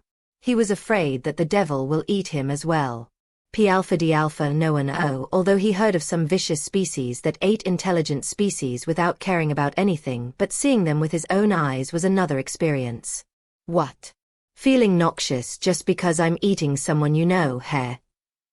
Jacob sneered as he took a chunk of a mouthful of meat before he said, "In my eyes, you all are nothing but high-quality livestock, like you would think of any livestock." Mr. Observer felt like fainting again, as he was terrified of Jacob now. "Why you obscene devil!" An appalled shrill rang at this moment from the other side of the cavern. It was the capped person, but now his face was fully revealed. Although its voice sounded famine, it was actually a green-faced wizened old monster with a face full of wrinkles, sharp teeth, and a pointy nose. But the most noticeable thing about this person was a small horn on its bald head. "You're from the orc race, right?" "A pine orc?" Jacob questioned without caring about the dreadful expression of pine orc. "Just who are you? What are you doing in the uncommon region?" The pin orc was completely frightened of Jacob right now. He didn't understand why someone like Jacob would appear in the uncommon region-level dark city. With his horrifying strength, he should have no problem staying in the rare dark city, even with a wanted title. If they knew Jacob was a hidden monster, they would never even consider approaching him, much less coming after his wealth. But they weren't to be blamed for this because Jerry failed to sense Jacob's danger with his unique danger sense. Or nothing like this would have happened. He also didn't recognize Jacob's kind, despite wrecking his brain. But one thing was clear now, Jacob's strength was on top of the food chain. He also had some unique ability to hide his true strength even from a hobgoblin danger sense. Livestock won't ask questions. Jacob chuckled coldly before he threw the last bone on the pile. After eating the entire hobgoblin's meat, he could feel his hunger was half subdued. And his body had returned to its masculine shape as well, and he wasn't feeling any crazing hunger like before, but pure strength. If he fought with Jerry again, he can now manhandle him like a rage doll. "Now answer some of my questions. What is this?" From the side, Jacob suddenly picked up a small glass vial, half filled with crystalline black liquid.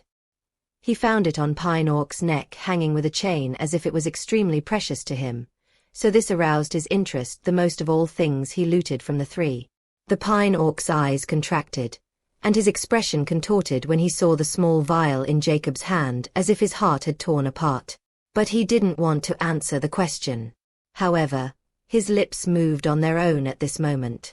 "It's advanced uncommon grade Titan tears. It's an ancient elixir that can help any species below epic rank to break their limits with no hidden side effects. I was planning to take them after dealing with your matter." Jacob's eyes narrowed when he heard this unexpected answer, while Pine Orc's eyes went wide in horror as he touched his forehead, which now had a deep wound. He suddenly thought of the parasite gem they bring to enslave Jacob. He bellowed, "Why you enslaved me?" Jacob was quite satisfied with this parasite gem, which made them talk as long as he used them with the bracelet on his wrist. He now owns both Pine Orc and Mr. Observer. "So, this can help you break the limit, huh? Like a power upgrade?"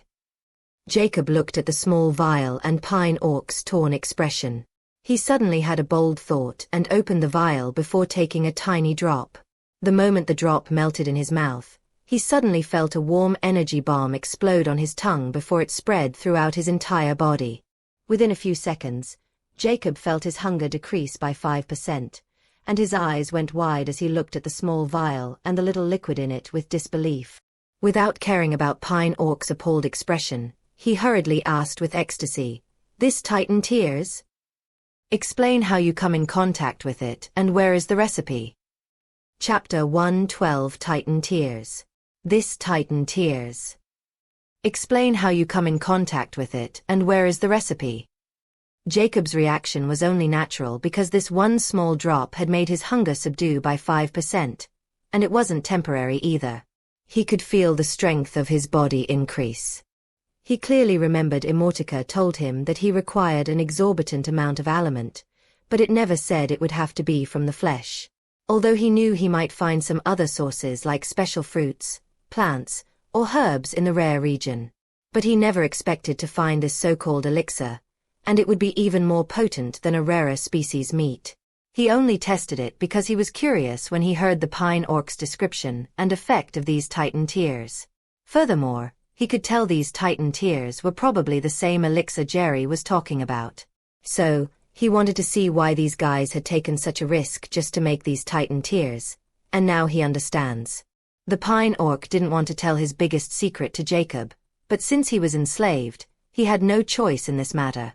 He told, "I belong to the Potion Alchemy Guild in the rare region, and Jerry privately approached me 12 years ago.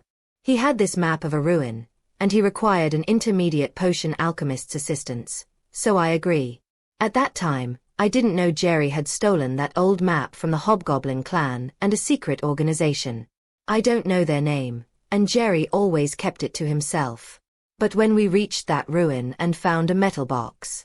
In that box was an old box called Titan Tears. It was a set of elixir formula from uncommon grade to epic grade. As I said before, it was an ancient elixir that could help any species break something called bloodline limiter. And breaking through the fable epic rank was also a possibility as long as we could concoct the epic grade Titan Tears. However, just the ingredients required for the low rare grade Titan Tears were almost impossible to gather, much less the epic grade. Nevertheless, just the uncommon grade Titan Tears were enough to raise our strength at the peak of rarer species. But before we could celebrate, we were ambushed by both the Hobgoblin clan and that secret organization. They somehow tracked Jerry down and were waiting for him to find that box before taking it from him. However, Jerry was also prepared, and he used an extremely rare black poison bomb and killed everyone. If he hadn't given me the antidote, I would have also been dead. But he required an intermediate potion alchemist to make this elixir for him, and it also ties us together from then on. Albeit, it was worth being a fugitive with Jerry for this elixir. Yet, we still underestimated that secret organization. They somehow found out that we were buying the Titan iron in secret, and tracked us down again. But because of the increase in Jerry's strength after taking the elixir, we had a close shave that time, and directly escaped to the uncommon dark city and lie low for 5 years. Only after making sure there wasn't anyone chasing us did we surface again, but didn't dare to leave the dark city anymore. Jacob stopped him at this moment. "Alright, I didn't want your entire adventure story. Where is this formula right now?" Gritting his teeth, the Pin Orc unwillingly spoke. To not draw any unwanted attention, Jerry opened the pawn shop while I became a potion maker at the potion tower. We only contact each other when Titan Tears were involved, and the formula is in my workshop. Jacob's eyes shimmered sharply. This is simply a windfall for me.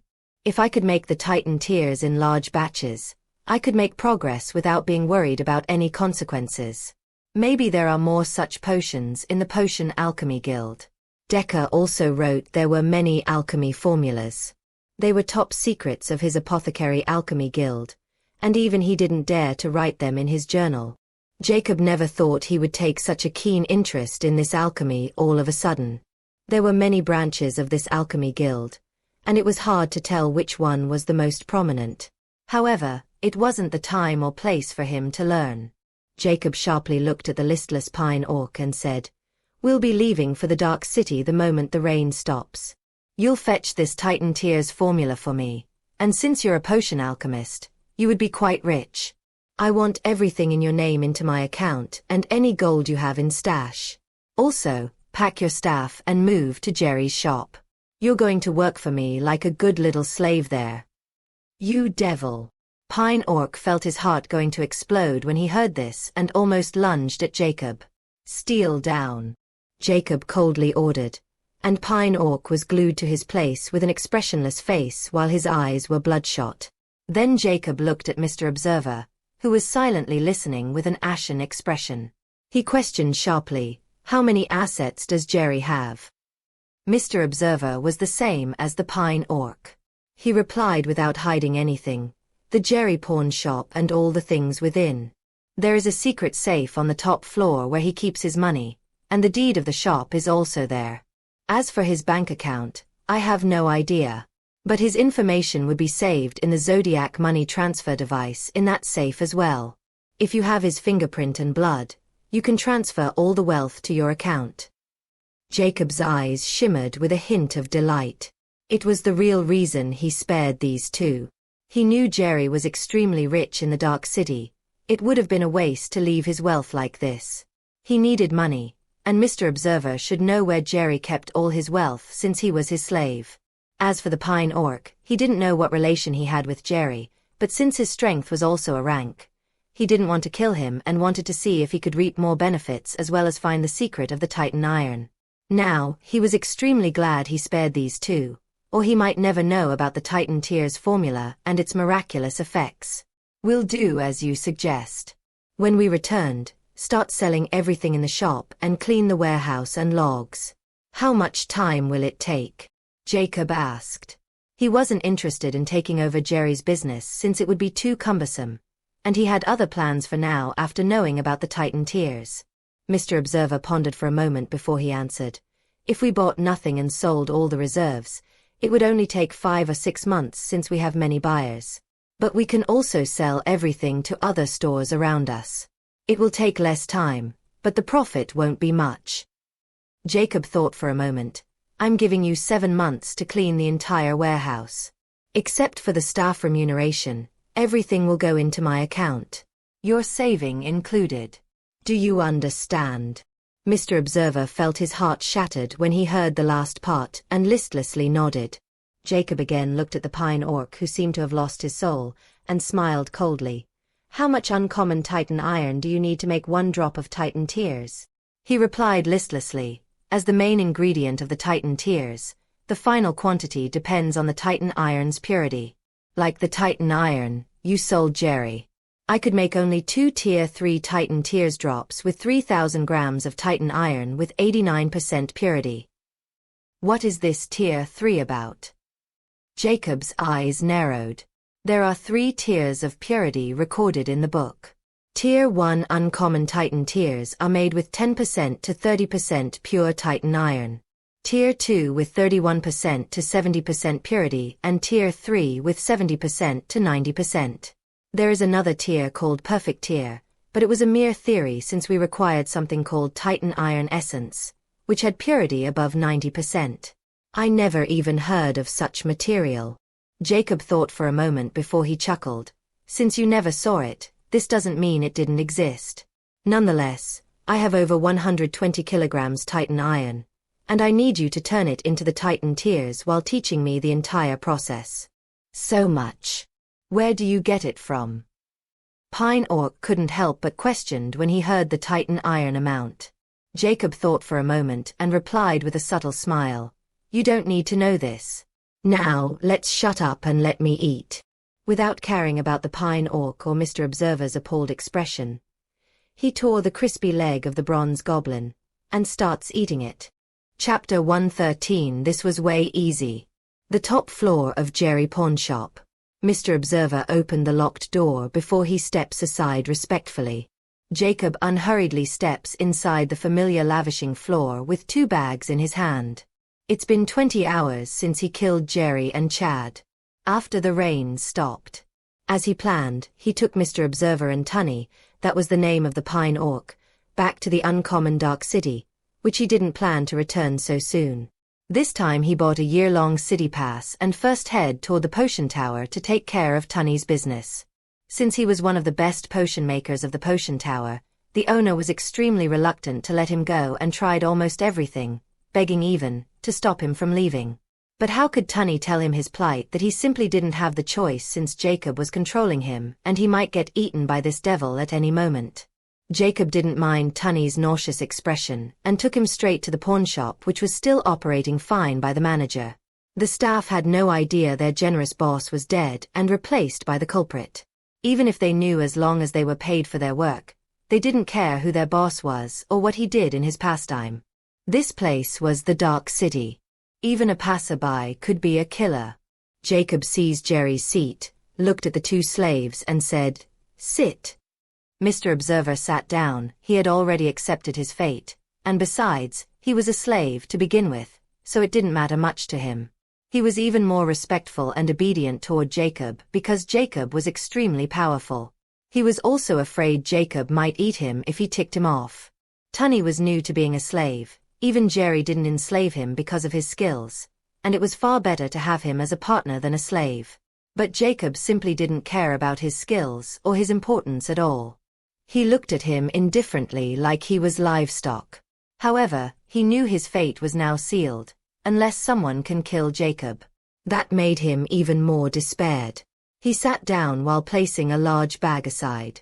"Put it here," Jacob coldly commanded when he saw this guy still didn't know how to read between the lines. He wondered if the orc race was filled with idiots. Tunny reluctantly put the bag on the table and sighed. It was inevitable. Jacob pulled the bag toward himself and opened it. There were many tools for potion making and books. He slowly put them on the table and arranged them. "Which one is the Titan Tears?" he asked as he looked at the small pile of books. Tunny pulled a dark gray book from the pile that appeared quite old and placed it before Jacob. Jacob curiously looked at the plain cover without any writing. If he weren't controlling Tunny, he would have thought he was messing with him. He opened it and saw the words of this book were completely unfamiliar to him and frowned. "What language is this?" "This is the ancient philosopher's language. Every intermediate rank member of the Alchemy Guild comes in contact with this language, since almost all the ancient alchemy texts are translated from the ancient philosopher's language." Tunny replied with a hint of pride. "Intriguing." Jacob's lips curled up. "Since you're so proud about it, then you definitely know this ancient philosopher's language, and you'll be going to teach me this with the potion alchemy." Tunny's expression turned dark when he heard this, but he didn't dare to retort. There were also 5 bundles of bills on the table with a small bag of coins which were Tunny's liquid savings. Jacob pocketed them without even blinking and then picked up the Zodiac money transfer, ZMT, device and put it in front of the vexed Tunny. He commanded, "Transfer every penny in account number 2245. Tunny's fingers trembled as he activated the ZMT device, which was like a phone, and when it was activated, he pressed his thumb on the thumb imprint which had a small needle in its center. It was the activation method of the ZMT device. Not only did a person require the fingerprint, but a blood test as well to log into the Zodiac Taurus bank account. When Tunny was logged in successfully, the entire detail appeared with his bank balance, which was 32,984,090 gold coins. It was his life-saving, but after a few presses, it turned into 0. Jacob had his own ZMT device activated, and when he received the notification about the transfer, his eyes flashed with delight. This was way easier than opening the business and starting from scratch. Jacob mused. At this moment, he received another notification that he can now upgrade his account from a G-tier account to F-tier, and this process can be done with ZMT device as well. Jacob was content with this bank's efficiency and quickly completed the process that required him to just press his thumb on the scanner, and he can now enjoy F-tier bank account benefits. "I should be able to upgrade it up to E or D tier with Jerry's account," he thought. He looked at listless Tunny, who seemed to lose his reason for living, and coolly said, "Set up your workshop in this place, and if you require any materials for Titan tiers or equipment, make a list. We're going to start after you take a 10-hour rest." "You're dismissed." Tunney quietly packed his things and headed toward the other side of the spacious floor, which was more than enough to accumulate 100 potion workshops. Jacob finally looked at Mr. Observer, who was silently observing them. He wondered if that was why he had this code name. He said in a meaningful tone, "Compared to that guy, I like your demeanor more if you play your part well and do everything I told you. I might set you free before I leave." Mr. Observer was startled when he heard this, and an ecstatic glint flashed past his eyes as he quickly bowed. "I will not disappoint you, boss." Before what happened between. "All right, stop here. I understand. It wasn't your fault." Jacob coldly cut him short. Mr. Observer quickly kept his mouth shut and bowed thankfully. Jacob continues, "Now that this is out of the way, show Jerry's secret safe." Motivated, Mr. Observer quickly led Jacob toward the back room. When they entered this room, it wasn't lavish as the exterior, but it was a simple room with some training equipment and a bed in the corner. Mr. Observer moves like he has been in this place many times, and quickly the only bookshelf beside the bed. He suddenly pulled a thin book, and a click sound rang from the bookshelf before a creaking sound of something opening sounded. Jacob smiled when he saw the shelf was just a door, and behind it was a 7 by 6 feet metal door with a combination lock. "So, what's the combination?" He looked at Mr. Observer with uncertainty. From what he saw until now, Jerry seemed to be nothing but an idiot because Mr. Observer almost knew everything about him. He didn't know if that guy was lax because of the parasite gem, but he knew if it were him, he would never let anyone learn so much about him. And Jacob's doubt became even more apparent when Mr. Observer started spinning the combination lock with great familiarity. Yes, that guy was an absolute idiot. No wonder he even left the formula of the Titan tears with that fool. If I were him, I would have escaped long ago. These guys were the perfect pair of suckers. I'm surprised just how they managed to survive this long with a hot potato, like Titan tears formula in their hands. While Jacob was mulling over this, Mr. Observer had already opened the safe. "You did great. Tell me the combination and go ask that pine-face clown about what he required and arrange everything. Also, start with the task I tell you about in the cave as well. If any problem arises that you can't handle, report it to me." Jacob gave instructions before excusing Mr. Observer. He didn't want him around when he was calculating his wealth. After Mr. Observer left, Jacob opened the safe's door with anticipation. When the safe opened, there were 10 brackets in total. 6 of them were filled with golden bills. There were about 10 million worth of golden banknotes or even more. Jacob's lips curled up as he saw some papers and the ZMT device with them. He activated it without any hesitation. When the familiar screen appeared, a dismembered thumb appeared in Jacob's hand, which was the only part Jacob didn't eat. It was still warm because it was inside the infinity pendant. Jacob pressed it on the scanner, and the next moment the bank account was flashed open. Chapter 114 Next Move. 61,400,812. A delightful spark flashed past Jacob's eyes when he saw this number, and without hesitation, he transferred everything to his personal account. This guy's wealth was double that of the potion maker like Tunney because he had his own business in the Dark City. The next moment, Jacob received the notification of a successful transition, and the final amount in his account was 94.3 million. He was only over 5 million away from having a D-tier account. He promptly received another notification for an account upgrade from F-tier to E-tier. He completed it instantly. As someone who once stood at the pinnacle of wealth, this small wealth wasn't enough to shock him. This fleeting delight only lasted for a moment before he stowed his device away and crushed Jerry's ZMT device. Every person's ZMT device was registered with them, and if you want to change it, you have to visit the bank branch, which Jacob didn't require. After Jacob was done with the bank account matter, he finally looked at the other things in the safe.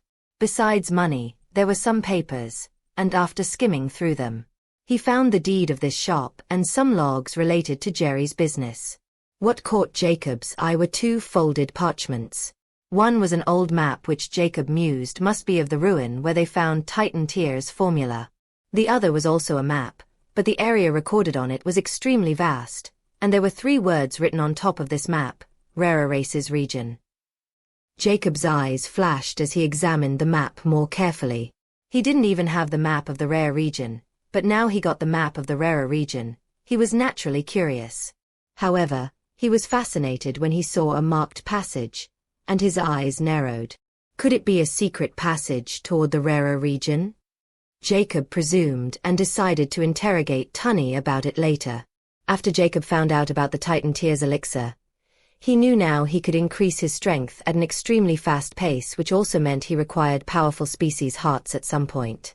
Right now, his hunger was 70% eliminated, and with his current wealth, he can buy more rare species meat and eliminate his hunger completely. Furthermore, he now had a rarer heart and 3 rare hearts. He might be able to cross the 40% progress with them soon. At that time, he could use the Titan Tears tummy would create to subdue his hunger to a bearable level. I should be able to complete up to 50% of my heart progress with the Titan Tears made with my current Titan Iron stash. In the meantime, I would learn potion making and that language. At that level, the rare region might not suit me anymore. But first, I have to completely take advantage of Jerry's position. In 7 months, I have to reach the 50% progress rate. An astute light shone in Jacob's eyes. With his current power, he wasn't afraid of anyone in the Dark City, and he prepared a flawless plan for his advancement in these 7 months. Afterward, Jacob spotted a familiar yet unfamiliar device and picked it up. Bloodline scanning scale device? This one seemed to be of a higher grade. Jacob quickly turned on the 12 by 14 inches device. It has been a long time since he measured his strength with this device. One reason being the device in his possession no longer showed any date on him, and except for his species, sex and age, all things were unknown. Jacob saw the familiar menu and pressed his thumb on the needle, and a countdown appeared on the black screen like the old device. A message appeared on the screen. The blood analysis has been completed. Please press the button to check the result. Jacob pressed the first button without any hesitation. Species: human, uncommon. Sex: male. Age: 25. Blood force: 9,000 plus. Note: please purchase a higher grade device to measure accurate blood force. Bloodline: unknown. Note: please purchase a higher grade device to discover about this bloodline and more information. What is this blood force? Is it some kind of strength meter of the rarer region? Jacob mumbled with uncertainty and took a mental note to inquire about it from Tunny as well. He then pressed the next button. Blood analysis report. Unknown bloodline can't be masseur with the current device. Note: please purchase a higher grade device for more accurate blood analysis results and more information. Still unknown, huh? Jacob barely chuckled as he expected this and pressed the last button without any expectation. Blood lifespan: unknown. Note: please purchase a higher grade device for more accurate blood lifespan results and more accurate information. Shaking his head, he closed the device. He expected this much since his body has long been mutated and always changing. Just keeping his identity as a human was already a miracle, but he knew it might not be for long as well. After this device, he found a green ID card that belonged to Jerry and he stowed it away since it might come in handy because it belonged to the rarer region. Other than these things, there wasn't anything interesting that caught Jerry's eye, and he closed the safe, locking it. He finally has room to breathe. Jacob walked toward the king-size bed and just lay there while staring at the ceiling. He was traveling for months, and it was the first time in a while that he didn't feel any danger or on edge. A strange relief washed over him before he unknowingly fell asleep. When Jacob killed Jerry, he didn't know a strange signal was released, and right after 24 hours, a meeting was being held between capped figures at an unknown location. Everyone, I summon you all here to announce 2 pieces of news. The capped person, who was the only one who was sitting in this room, spoke in a hoarse voice. There were 12 standing figures in front of him and 2 standing on each side. All of them were attentively listening to him without making any noises. The person continued. First, It seemed someone from the bank had interfered with our mission in the uncommon region. This time a manly voice sounded in disbelief. Did they find out about the cannibal plan? This we don't know for sure yet. But the person who intercepted us was assumed to have 1-star A rank strength and possess at least Type 0 technology. So it could also be a coincidence that he was simply just a passerby, but we can't rule out the first possibility either. The sitting person impassively replied. What about the second announcement? Someone asked in a grave tone. The second is the rogue Skull No.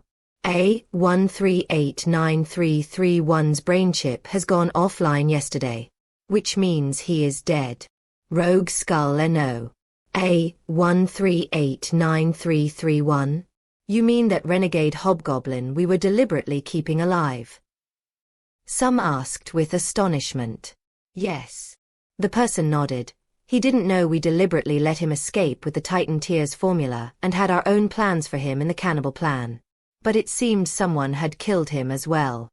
Could it be someone had leaked the information about the cannibal plan, and now they're hunting our pawns one by one? Someone exclaimed in a grave tone. Rogue Skull No. A13893331's current strength was at 3-star A rank, so it might not be the same person who killed him, and this could be a big unexpected coincidence. The person said impassively. But if the information leak really happened, then there is a traitor among us, since only the people in this room know about the cannibal plan and its details. But it's impossible. We all have a brain chip implanted in our brains. The moment we say something about the organization or even think of betraying it, our head would explode. Someone quickly refuted it, and everyone spotted this claim. The sitting person's voice turned icy at this moment. That's why I didn't take any action. But just to be sure, everyone will go through a throughout scanning. If you guys weren't guilty, there's no need to be afraid. No one retorted or even dared to reject it and quickly agreed. All right, go to the scanning room first, and then we'll talk. Everyone quickly left the hall except the two on this person's side. What is your plan if they were all clean? A melodious voice rang from his left side. When the scanning was complete, I hope we won't find anything amiss. I'm planning on sending Skull No. A10,000 and Skull No. A9999 to the uncommon region for investigation. If this is just a coincidence, they're going to oversee the cannibal plan until it reaches the initial stage, and it's time to retrieve the Titan Tears formula. We can't let it fall into someone else's hand. The leader impassively replied. Are you really going to send 5-digit and 4-digit skulls to that barren place? An elderly voice questioned from his right. I didn't want to show our true strength until the cannibal plan was initiated. But in these past 2 years, this wasn't the only time we were intercepted. I think there might be someone operating against us. Chapter 115 Danger and Progress. 6 months later. 2 towering capped men entered the uncommon Dark City, and without stopping, they headed directly toward the City Hall, which was right beside the City Admin Manor, which was at the heart of Dark City. The Dark City Hall was the true operation center of the Dark City. As those 2 capped men entered the City Hall building, they were greeted by a masked receptionist. How may I help you? One of them pulled out a black ID card, which looked like an exquisite dark crystal. There were only 2 golden words written at the front, Dark Baron, and a golden capped insignia was imprinted on top center. When the receptionist saw them, her eyes went wide. However, before she could say anything, a deep voice rang. Don't cause a commotion. I want to activate my authority to find someone. The receptionist took a deep breath to calm down. Her excessive reaction was only natural because it was her first time seeing someone with a dark noble identity in uncommon Dark City. Having the identity of a dark noble didn't just represent status, but also strength. One had to know, in the uncommon Dark City, there was only one lower dark noble but not a single upper dark noble despite its hundreds of years of history. It showed just how difficult it was to achieve the Dark Baron rank. I understand. The receptionist respectfully replied. Please follow me. I'll guide you to the manager's office. The Dark Baron stowed his identity card away before he followed the receptionist with his companion, without arousing any unwanted attention. The manager's office was on the second floor, and the receptionist reported the arrival of a Dark Baron. Even the usually cold manager lost her composure for a moment before she quickly invited them in respectfully. When only the three of them were left in the room, the manager asked in an edgy tone, "I heard my lord wanted to activate your authority to find someone?" The Dark Baron nodded behind his cap and spoke. "It's indeed the reason for my visit." The manager took a deep breath before she solemnly nodded and said, "I understand. Just to be clear, you do understand that once you activate your Dark Baron search authority, you won't be able to use it before 30 days cooldown period ends. You can only acquire information on one person, and that person's Dark City rank should not exceed the lower Dark Noble rank. In case the person isn't present in the Dark City, we'll give you the most recent information we have. In case that person never signed in within our database, your Dark Baron search authority would not be counted." The Dark Baron nodded in acknowledgement. Very well. She didn't dwell on another topic anymore and quickly took out a tab-sized device and activated it and capped symbol flash before a menu appeared. She started touching the screen as she opened a unique menu and put it in front of the Dark Baron, and described, "Please place your Dark Noble identity card on this scanner and then your unique Dark Noble pin." The Dark City was extremely careful with its Dark Nobles since they have certain privileges within the Dark City. So, to make sure only the real person can use them, they had many security measures in place. The Dark Baron was familiar with the process and quickly put the Dark Crystal card on the device before he typed a long string of on the bottom. The next moment, a new screen appeared. "Your handprint and blood sample, please," the manager instructed. The Dark Baron put away his ID card and then placed his hand on the can while pressing his thumb on the pin. When the scanning was complete, the manager took the device again. After she was done with the process, she said, "Please deposit 10 million gold coins to Dark City account, or would you like to pay here?" At this moment, the Dark Baron suddenly revealed a wristband, which made the manger's eyes flutter with shock. He tapped on it, and some glowing words appeared on it, and afterward, he tapped a few times before he nodded. "Done." The manager looked at the tab and when she saw a notification appeared, she nodded and completed the process. "Please tell me the ID name of the person you want to search," she inquired. The Dark Baron coldly replied, "Tunny Pines." Jacob currently sat on the top floor of the pawn shop with both Tunny and Mr. Observer behind him, standing respectfully. In front of him sat a short, fat person in a golden mask, while beside him was a masked woman browsing through some papers in her hand. "Mr. Jerry, I had to admit when I heard you were selling your establishment, I didn't believe it at first." The masked fatty chuckled at this moment. In these past 6 months, Mr. Observer had sold every valuable item in the pawn shop just as Jacob instructed him to and earned Jacob 23.9 million gold coins. That was added to Jacob's account and finally made a D-tier account. Now, he was selling this shop as well because Jacob had already done with his own business as well.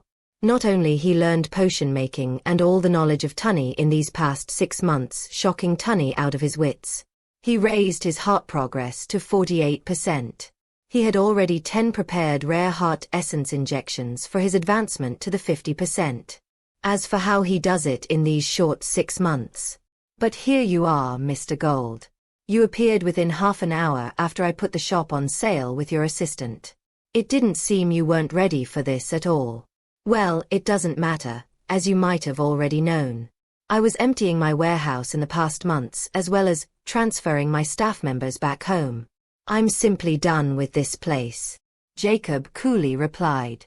When Mr. Observer heard transferring, a ghastly chill ran down his spine as he thought how Jacob's home means literally his stomach.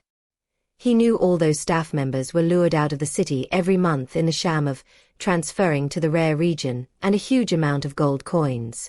But the moment they left the Dark City, Jacob would butcher them before eating every last bite and then return with a large bag as if nothing happened. Mr. Observer knew all of this because he was the one who prepared those livestock for Jacob. What made him appalled was just how big Jacob's appetite was, and even devoured 32 staff members 3 months ago in 2 days. He clearly remembered to this day Jacob had devoured 218 staff members. Every time Jacob asked him to arrange the transfer, he always thought he might get eaten this time like everyone else if Jacob's hunger wasn't quenched. That's why he worked extra hard to do everything Jacob told him and show his value. This was also part of the reason everything was done in 6 months, and now only this shop was left. Mr. Gold had naturally heard about this, just as Jacob said.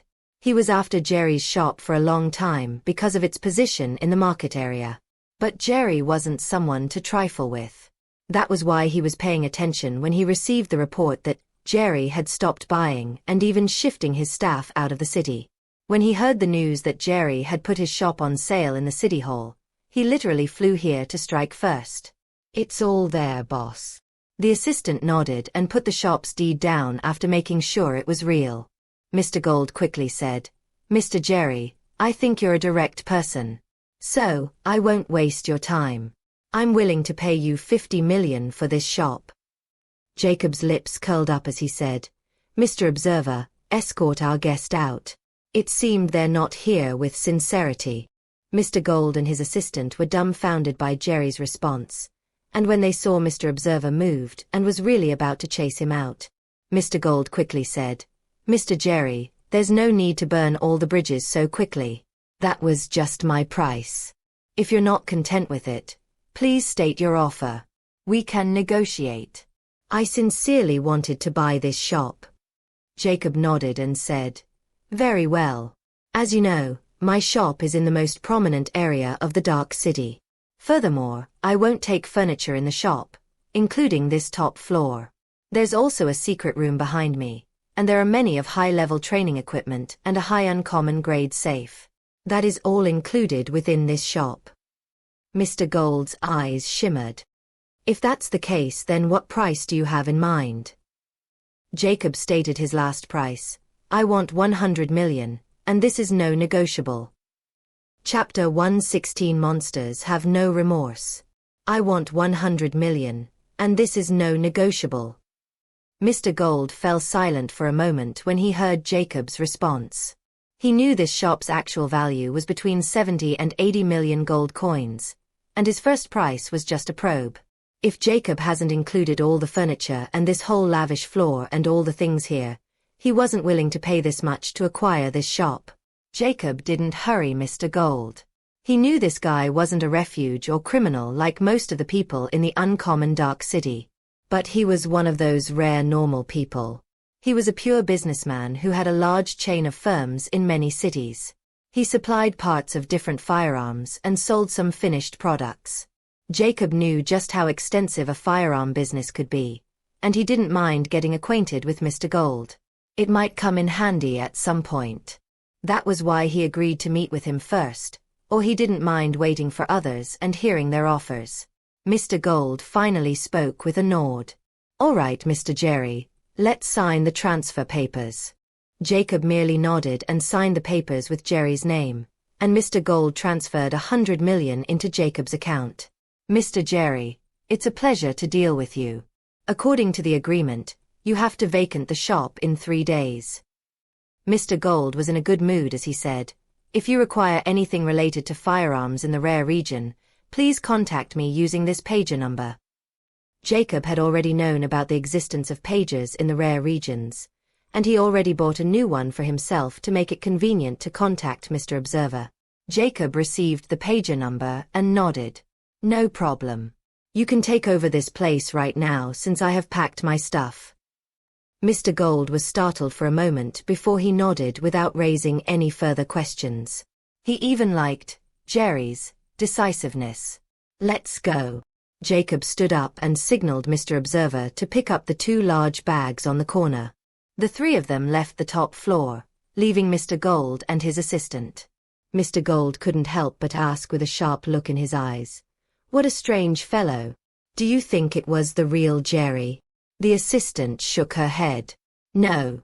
Jerry was burly and taller than this Jerry, and he would have never sold his business he nurtured with his blood and sweat. It seemed that stubborn idiot moved on this guy, and we can only imagine his fate." Fear surfaced in his eyes when he thought of Jacob's icy eyes. It was indeed right to not take any drastic measure against this person and establish a connection. If he can get rid of Jerry, only the city admit can handle him. Mr. Gold was a businessman, and he had a deep information network. He had been eyeing this shop for many years but also knew just how scary Jerry was. He once probed him and paid a huge price for that. So, he naturally would notice when a new Jerry would appear and when he thought of investigating this impersonator. He was stopped when he noticed what Jacob was doing with Jerry's shop, and he knew he might don't need to do anything and just wait for the chance. The thing that can be handled with money didn't need force. It was Mr. Gold's logic in doing business. Now, he acquired this shop without offending Jacob, and after meeting him in person, he felt gladder he didn't take that route, or he might not be alive to regret it. Jacob and his 2 slaves left Jerry's shop wearing capes. When they turned around, 2 capped figures passed them. Jacob's eyes widened slightly, but he continued to move as if he didn't sense that fleeting danger from one of those capped figures. Just who could they be to make even me feel the sense of danger for a moment? Jacob knew his improvement better than anyone else. Someone who could make him feel a sense of danger just by walking past him can't be just any random nobody. Nevertheless, that person wasn't here to mess with him and he was leaving this place. They might not even meet again, so he thought little about this and hailed a carriage. An astonishing grunt sounded from a capped figure as it turned around to look at the empty corner. "What?" the other man inquired in confusion. "Nothing. I felt danger for a moment," she replied with uncertainty. "Stop joking," the man retorted. He clearly didn't believe his companion. "Not even the city admit can make me feel danger, much less you. Now be serious. We still have another place to go before we deal with this nuisance that made me spend 10 million. Hey, you're right. It must be my imagination. Let me eat this fellow after retrieving that book. I'm feeling quite hungry after this long trip." The female chuckled and starts moving again. "Humph, don't kill anyone in the Dark City. Although we can raise this place to rubble, we can't handle the consequences. Besides, we were strictly ordered not to cause any trouble." The man quickly refuted. "You think I don't know? You're planning to enslave him before taking him out of the city to interrogate him. Just let me eat him afterward. Oh, and enslaved 10 more common tier 6 or higher tier species for me. How about we enslave the city admin as well? His common tier 9 meat will taste quite good, right?" she asked like a curious child. But her companion felt a chill in his spine and remained silent. He knew if they weren't together and from the same organization, she might have eaten him as well. Just like that, they entered the Jerry pawn shop. Jacob and his 2 slaves left the uncommon Dark City and moved deep within the mountains before stopping. Mr. Observer and Tunney's hearts tightened when they were stopped by Jacob. They knew since Jacob had already done with his business with the Dark City and sold everything, it was finally their turn. Truth be told, Mr. Observer was still a little hopeful that Jacob might really set him since Jacob had yet to take his money despite him offering it to him multiple times. But Jacob simply rejected him. It gives him some hope. As for Tunney, he had spent far more time with Jacob than Mr. Observer in these past 6 months. And Jacob never showed any emotions and merely used him as a library to learn knowledge. Furthermore, he never thought Jacob would really learn potion making in 6 months and reach his level. Even someone as talented as him took decades to achieve this level. If news got out about this, the Alchemy Guild might do anything to recruit Jacob in their main branch. He wasn't just a monster who could eat anything and everything. He was also a monster who could learn anything and everything. This was the final conclusion Tunney reached, and he even felt somewhat gratified to teach such a person. Even if he died now, he really didn't have any regret, and he had made peace with it. But some part of him still hoped Jacob would spare him out of remorse. However, when Jacob's hand suddenly blurred and stabbed right into his chest, realization dawned upon him in his last movement. Monsters have no remorse. It was his last thought before Jacob gouged his beating heart out. Jacob merely looked at the still beating heart and then at Tunny's corpse. He then shifted his eyes at Mr. Observe, who took a step back as he felt stared at by a devil. Take out an empty box, collect his blood, and dug out that parasite gem while you're at it, Jacob commanded. Mr. Observer controls the shudders and quickly does as he was told. He takes out a metal box, starts filling it with Tunny's warm blood and digs the parasite gem out. After collecting them, he handed them to Jacob with trembling hands. Jacob took them, placed the heart in the box, and put both of them in his pocket. Then he looked at Mr. Observer, making him shake controllably. He chuckles, as I said before, you're free from now on. But your parasite controller will remain with him. You can try to dig it out in the future, or you could live it with that gem in your head. But as long as you live with that gem, you can't tell a word about me to anyone or write them or hint anything. If this much freedom is enough for you, you can leave, or I don't mind collecting your heart as well for my collection as well. I'm already suffering a huge loss to let you walk away with a rare-grade parasite gem. Mr. Observer nearly cried when he heard those words. He felt like they were words of salvation and quickly blurted, Thank you. I won't try to destroy this gem ever, even if I got the chance. Chapter 117 50% completion. Jacob merely chuckled when he saw how grateful Mr. Observer was. Don't flatter yourself. Even if you manage to get rid of that parasite gem, do you think you can get rid of me if I decide to hunt you down? Mr. Observer felt a chill when he heard those words.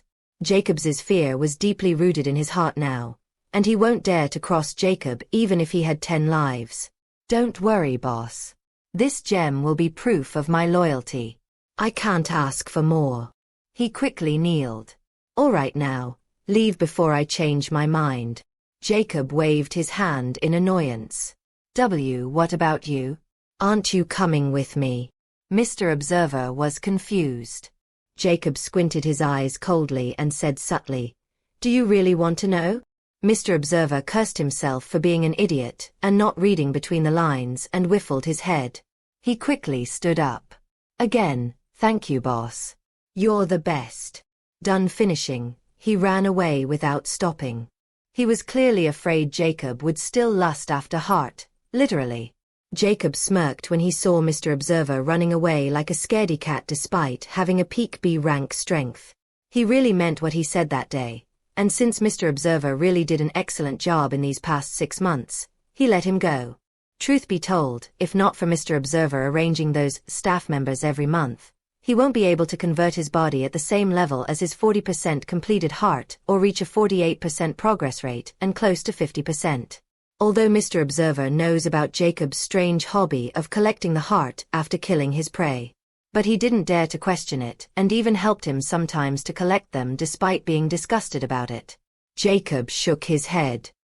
He was destined to be alone on this path, and there was no need for him to make relations with others. He glanced at Tunny's corpse and mumbled, I never thought my learning abilities will reach such a level with my strength.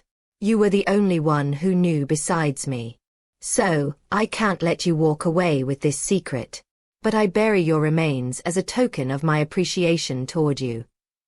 In these last 6 months, Jacob had a far deeper understanding of himself. Not only his physical strength was rising with his heart, but his mind was becoming sharper, and his learning ability was already at the level where he learned complex potion making in 6 months. He knew this kind of ability could be a disaster and a blessing at the same time. From experience, he knew people in power tend to control those who can shake their position when they matured. If they can't control them, they would simply destroy them to get rid of future trouble. Especially if your talent lies in the field of intellect and has ambition. He was still a stranger to this world and its complex power structure. If he let his guard down and relaxed, he might be the next Mr. Observer and Tunny for another Jacob. That's why I was completely ruthless with Tunny. After he buried Tunny beside a tree, which only took him 5 minutes, Jacob picked up his bags and left the area in the completely opposite direction from the rare region at full speed, which was now over 300 miles per hour. Strangely, he was moving in the humane kingdom's direction. After moving for 3 hours at his top speed, He finally started to exhaust himself. He didn't take the long, safe route back because he didn't require it any longer. He was even hoping that some rare animal would jump on him. Furthermore, he found a small water stream and a small natural cave. He decided to rest here for the night and absorb the 10 rare blood essences he had prepared beforehand. This should be enough to cross the 50% threshold, and I'm already prepared for this advancement, Jacob mused as he closed the cave entrance with a boulder. Cursed Immortality. Jacob summons the book and opens the progress page. Second level. Turn immortal mark into cursed mark. Completion. 48%. He then took out the injection and injected it without any hesitation. Furthermore, this syringe was custom-made with Titan iron because those normal syringes weren't able to penetrate his skin when he crossed the 40% mark 4 months ago. After the heart essence entered his heart, it turned into a stream of warm energy before it vanished within a minute. It was completely absorbed. He glanced at the progress page. Second level. Turn immortal mark into cursed mark. Completion. 48.02%. Jacob had expected this. Tier 4 to Tier 6 heart essence only provides a 0.2 or 0.3% increase maximum in his heart progress now, and he can absorb them within a minute. He knew after reaching 50%, the rare species will be akin to uncommon species to him. That was one of the reasons he no longer cared about the farm. Ahem, uncommon dark city. He mused after reaching 50%. Only if he consumed the entire dark city could he cross the 60%, which was simply not worth making the organization behind the dark city his enemy. Jacob didn't stop injecting another heart essence and then another. After injecting and absorbing the 9th heart essence. Second level. Turn immortal mark into cursed mark. Completion. 49.09%. However, he didn't take the last injection right away. Instead he speaks, "There's no hidden surprise at the 50%, right?" After what happened at 20%, he was very careful whenever he was about to cross these thresholds.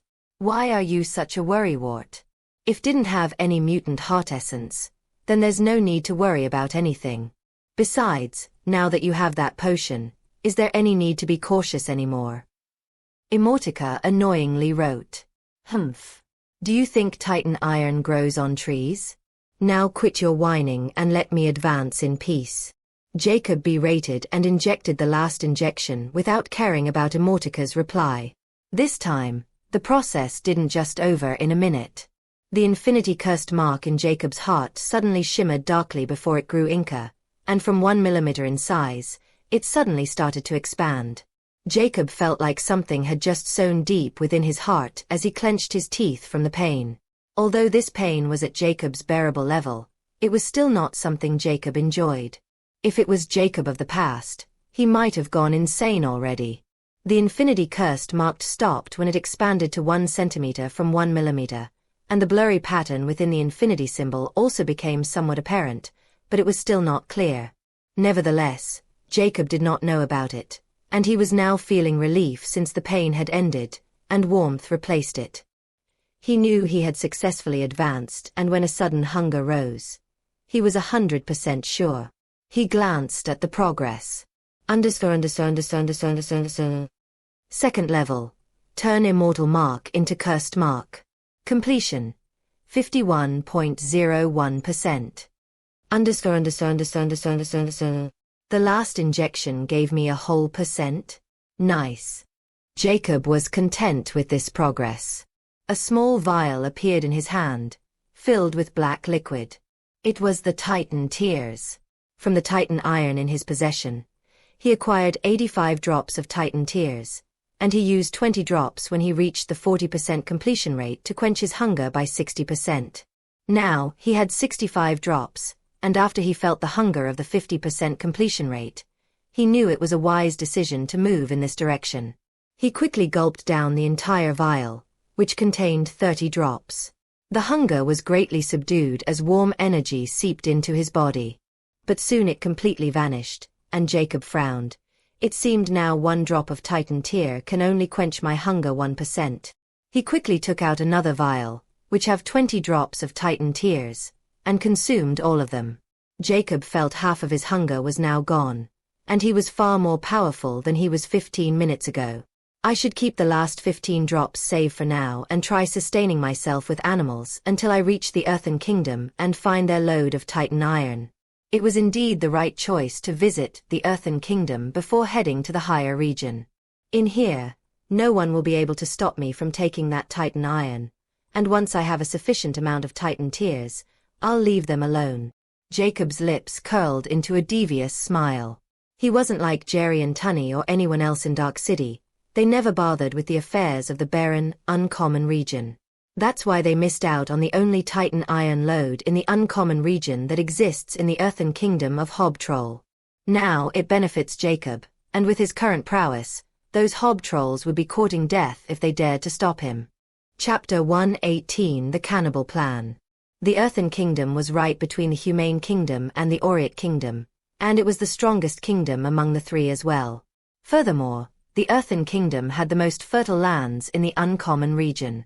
Even the Aureate Kingdom of Green Goblin, which had an allied relationship with the Earthen Kingdom, didn't dare to court the Earthen Kingdom's lands.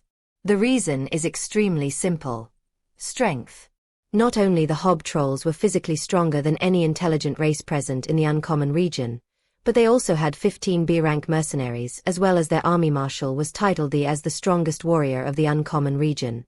That's why no one dares to mess with the Earthen Kingdom, especially the Humane Kingdom, which was the weakest of the three and had a poor history in comparison to these two kingdoms. The Earthen City was the capital city of the Earthen Kingdom, surrounded by thick, towering walls. The Earthen Castle was the most eye-catching structure of the entire city, and it could be seen from the city gates. Inside an office in the royal castle, a burly Hob Troll in lavishing clothes was currently kneeling in front of two sitting-capped persons. Tisk, so, you were living in this lavishing castle uncovered all these years? A melodious voice clicked her tongue with envy. The Hob Troll quickly answered, it was all because of the organization. Without them, I would still be a beggar. His voice was filled with gratitude. Humph. Yet, you still failed to protect our cause. A deep voice coldly retorted. The Hob Troll kept his head low and replied, I won't deny it, and I'm ready to receive the death plenty. His voice didn't waver when he said those words. Hee, look who's talking about failing. The woman behind the cape cackled. The man couldn't help but gnashed his teeth when he heard this and refuted. We both know who is the expert in tracking here. So, don't even think about going there. Tisk, if only I could eat you. The woman clicked her tongue in annoyance. The Hob Troll was speechless by this strange exchange between these two terrifying existences. But he kept his mouth shut and pretended as if he was a statue. The man took a deep breath to calm himself down and looked at the Hob Troll, and sternly said, although the organization didn't hold you accountable for what happened last time. But a failure is still a failure, and if this happened again, I let her eat you, and trust me, she didn't even leave bones. Hey. Bones are rather tasty and crispy, don't make them sound so bad. The woman instantly rebutted. A chill ran down the Hob Troll's spine when he heard those words and quickly nodded in acknowledgement. Stop interrupting me. The man was vexed. Tell me, how long will it take for Cannibal Plan to enter the initial phase? The Hob Troll thought for a moment before he replied. After our last success, it would only take about 3 to 4 months to make another cannibal. But we required a huge supply of human blood, which is the most crucial ingredient of the cannibal formula. Without human blood, the cannibal won't have any growth potential, and from our research, the stronger a human, the more potential a cannibal has. The previous one was killed by that hidden expert. It was made with C-rank human's blood, and its potential was of a rarer species while it was born as a rare species. Interesting. The man sounded intrigued. Is the human you speak of the uncommon race which had the secret enzyme the organization has been searching for all these years? Yes. Although humans are considered uncommon without any special traits or abilities. But they're like a clean slate, and if they had means they can grow and adapt extremely fast. I had yet to see the extent of their bloodline. That's why the organization even bothered to enter this kind of place. The hob troll answered truthfully. Heh, just some primitives who had some shit luck to catch the attention of our organization. If not for that enzyme, they might be already extinct by you guys. The man sneered coldly. The hob troll didn't retort since it was the truth. Just start the mass production. Since we're here, there's no need to hesitate any longer. The uncommon region is our sanctuary, and it's time to utilize it. The man coldly ordered. The hob troll hesitated for a moment before he timidly said, "What about the 3 hegemonies? If we start a mass slaughter, those humans in the 3 hegemonies won't stay still. Especially the Black Knight Order and their marshal, who is a reserve Nightmare Knight. Milords already know about the antics of the Zodiac Warriors Alliance. Those guys are always looking for a platform to show off their fighter. Manual's prestige." The capped man seemed to expect this and chuckled darkly. That group of lunatics are really akin to a hornet nest. But they would only involve themselves if they found a higher being's traces. If it's just an infight between locals, they won't care even if we slaughter some low-level seeds and a talentless reserve. You mean? The hob troll's eyes shimmered in astonishment. Heh, start an all-out war with the humans. The woman giggled with a hint of excitement. The hob troll's lips curled slightly as a hint of ecstasy flashed past his eyes. I'll arrange it right away. The army marshal is already our slave. It would only take a week to arrange the armies. Good, we'll be hiding in the dark, and if someone dares to interfere, we'll deal with them. But don't even think for a second that we are your personal bodyguards. If you were killed by some primitives, this will prove your incompetence and someone will replace you. The capped man coldly warned. The hob troll wasn't the least bit discouraged by this. He knew better than anyone that only an A rank can threaten him in the uncommon region. I understand. The hob troll solemnly nodded. Suddenly, a panicked voice rang from the outside. Prime Minister, someone had plundered one of our warehouses of the Titan iron. What? The hob troll was astonished by this sudden news. He knew those Titan iron warehouses were the Earthen Kingdom's lifeline, and they were heavily guarded. Furthermore, no one would be foolish enough to raid the Earthen Kingdom unless they lost their minds. But it seemed someone does lose their mind. The capped individuals couldn't help but look at each other at this moment. Call him inside. The man suddenly commanded. The hob troll was confused by this sudden command, but he still does as he was told. Come in. A hob troll in white robes entered the office with a face full of panic. He was about to say something when he saw the 2 capped persons sitting on the side. He shut his mouth. Furthermore, he can tell this kind of information in front of outsiders. How much Titan iron was stolen? The capped man asked at this moment with a hint of uncertainty. Answer him without hiding anything. The hob troll coldly commanded as he was now sitting in his usual position. P Alpha D Alpha no one. Oh, after the hob troll got the confirmation, he quickly replied. The whole warehouse was emptied. There was over 250 kilograms Titan iron, and it was gone in a single night without any traces.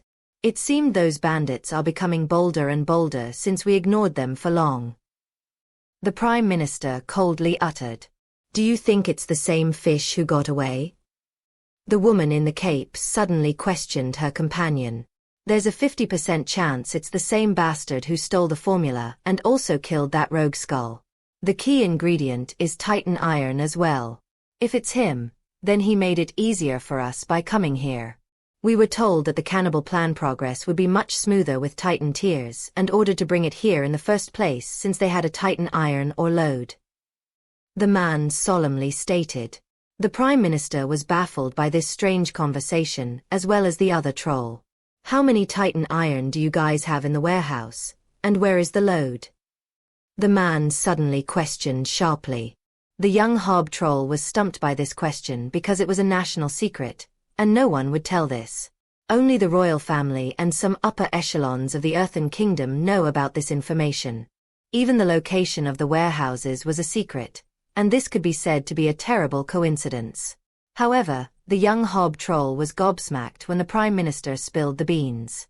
There are 33 warehouses, now 32, I guess. The load is a few miles away, deep within the Forbidden Forest. Why my lords are so interested in uncommon Titan iron? Is there anything I should know? He couldn't help but question. This time the woman replied playfully, "It's just a slippery fish who got away before. Collect every piece of Titan iron in the mine. We'll be living in that place from now on." Chapter 119 Potion Alchemy. A few hundred miles away from the Earthen City is the Sunset Duchy under the Sunset family. Behind the Sunset Mansion, inside an underground warehouse, two men were standing in front of a capped man wearing a black mask. Only his piercing amber eyes were visible. "My lord, we just heard the news that the king ordered to move every piece of Titan iron from the warehouses and shift them back to the Forbidden Forest. The load is also in that place. If not for Duke status, I won't be able to get my hands on this news." A burly troll with a thick beard respectfully told. If other trolls saw him, they would have instantly recognized this troll because he was one of 6 dukes of the Earthen Kingdom, Sunset Duke. But now he was standing respectfully in front of his masked man like he was standing in front of his king. P Alpha D Alpha no one. Oh, this masked man was naturally Jacob, who appeared in the Earthen Kingdom 2 weeks ago and directly enslaved the Sunset Duke and his eldest son. It was simply more convenient to have the locals working for him while he remained in the shadows. Furthermore, someone like the Sunset Duke would know the whereabouts of the Titan iron. His guess was right, and just 3 days ago, with Sunset Duke's help, he raided a Titan iron warehouse and gained over 250 kilograms Titan iron ores. He also didn't have to worry about hiding since the Sunset Mansion was quite huge, and he could use it as his backyard. No one would think the loyal Sunset Duke was hiding a national criminal in his home. The Sunset Duke was also his eyes and ears in the Earthen Kingdom. Jacob's eyes shimmered with uncertainty. Why are they collecting all the Titan iron at the same place? Aren't they responding excessively? I just raided a low-level warehouse, and they're already panicking. Well, since they're going into all this trouble to collect all the Titan iron in a place, I can simply intercept them, and get a sufficient amount of Titan iron. I can't carry a large amount of Titan tears with me even if I want to. So, there's no point in showing myself. I never intended to take all the Titan iron in the first place. They can guard it as much as they want. Jacob's lips curled up into a mocking smile. Although he wanted to empty the entire Titan iron vein of the Earthen Kingdom and convert everything into the Titan tears. But he knew it was impossible. First, there were 3 more auxiliary materials required to make the Titan tears. The golden grass, the vintage leaf, and the night dew. Although these materials weren't as rare as Titan iron, they were still rare in the uncommon region. There might not be enough to make even 2,000 drops of Titan tears. Second, Jacob can always get more uncommon Titan iron in higher regions. He wasn't like Jerry or Tunny, who were hunted by the rarer region. No one knows he had the Titan tears formula. Lastly, Jacob knew the more he progressed, the lesser the uncommon grade Titan tears affects him, and he would require either a large supply of uncommon Titan tears or a higher grade potion. That's why he only wanted to make enough Titan tears that could let him safely pass through 60% and 70% level hunger. In the meantime, he would search for the materials to make the higher level potion. Since Jerry and Tunny can't find those materials in the rare region, it doesn't mean Jacob won't be able to find them in the rarer region as well. He was completely confident in roaming unhindered in the rarer region after crossing the 50% mark. So, there wasn't any need for him to bully those trolls so much. Alright, find out the convoy routes and the amount of Titan iron they were carrying. I need them before they reach the final destination. Now go. Jacob coldly ordered before he closed the door. The underground warehouse was quite large, and there was an enormous pile of Titan iron ores. On the other side were 3 different piles of materials, which Jacob made the Sunset Duke purchase at any price. At the other corner of this warehouse was a large stone table with glass test tubes and other stuff required for potion making. It was like creating chemicals in a chemistry lab. From Tunny, Jacob had learned that the potion alchemy was just a minor branch of alchemy, like the Gunsmith Guild, Apothecary Guild, and the Apothecary Alchemy Guild. And these were just the branches that were in the rare and rarer regions. He also learned that if one wanted to learn true alchemy and entered the main alchemy guild, it was compulsory to be proficient in these branches. At least one had to be a grandmaster in at least 3 branches. There were 3 levels of apprentice rank, followed by basic, intermediate, advance. After these ranks were the master rank with the same 3 levels. Then there was the grandmaster rank, which was the pinnacle of any alchemy branch. There wasn't any single grandmaster rank present in any branch of the rare or rarer regions. So, to achieve a grandmaster rank in all these branches was nigh impossible, and many believed that it was just a hoax made by the Alchemy Guild to keep them in check. But what truly made Jacob fascinated and want to learn about alchemy was their knowledge. Although this knowledge wasn't as advanced as quantum physics, the physics of time and space, or algebraic number theories which he was familiar with. Yet, he found their traces in the Gunsmith Guild library, and those low-level books made his foundation more refined. That was why he believed he might be surprised when he proceeded to the higher regions. Jacob now considers this world like an onion. He was just at the first layer of this world, and he had already experienced so much here. That's why he didn't dare to think of himself as superior anymore, just because he had more knowledge than the natives of the uncommon or rare region. His goal was immortality, and to reach that goal, he'll do anything as long as it made him come closer to that goal. Jacob turns on the furnace before he tosses Titan iron into it. It was the first step in making the Titan tears. He was required to melt the Titan iron in the furnace. After it was done, he was required to use the night dew, which was like dark mercury. The night dew would clear the impurity, turns the molten iron state into a pure liquid form, and make its melting point to room temperature. Then he was required to use a mixture of golden grass and vintage leaf. The moment he mixed those two, a huge reaction occurred. Deep black smoke rose from the bicker as if a cloud was being made. This black smoke didn't have any smell. However, Jacob didn't dare to touch it because this black smoke was acidic, and he had prepared a special vacuum to collect the smoke so he could release it in the air at night, or it might draw some attention. After the smoke stopped, only a tiny amount of black liquid was left, which was the Titan tears.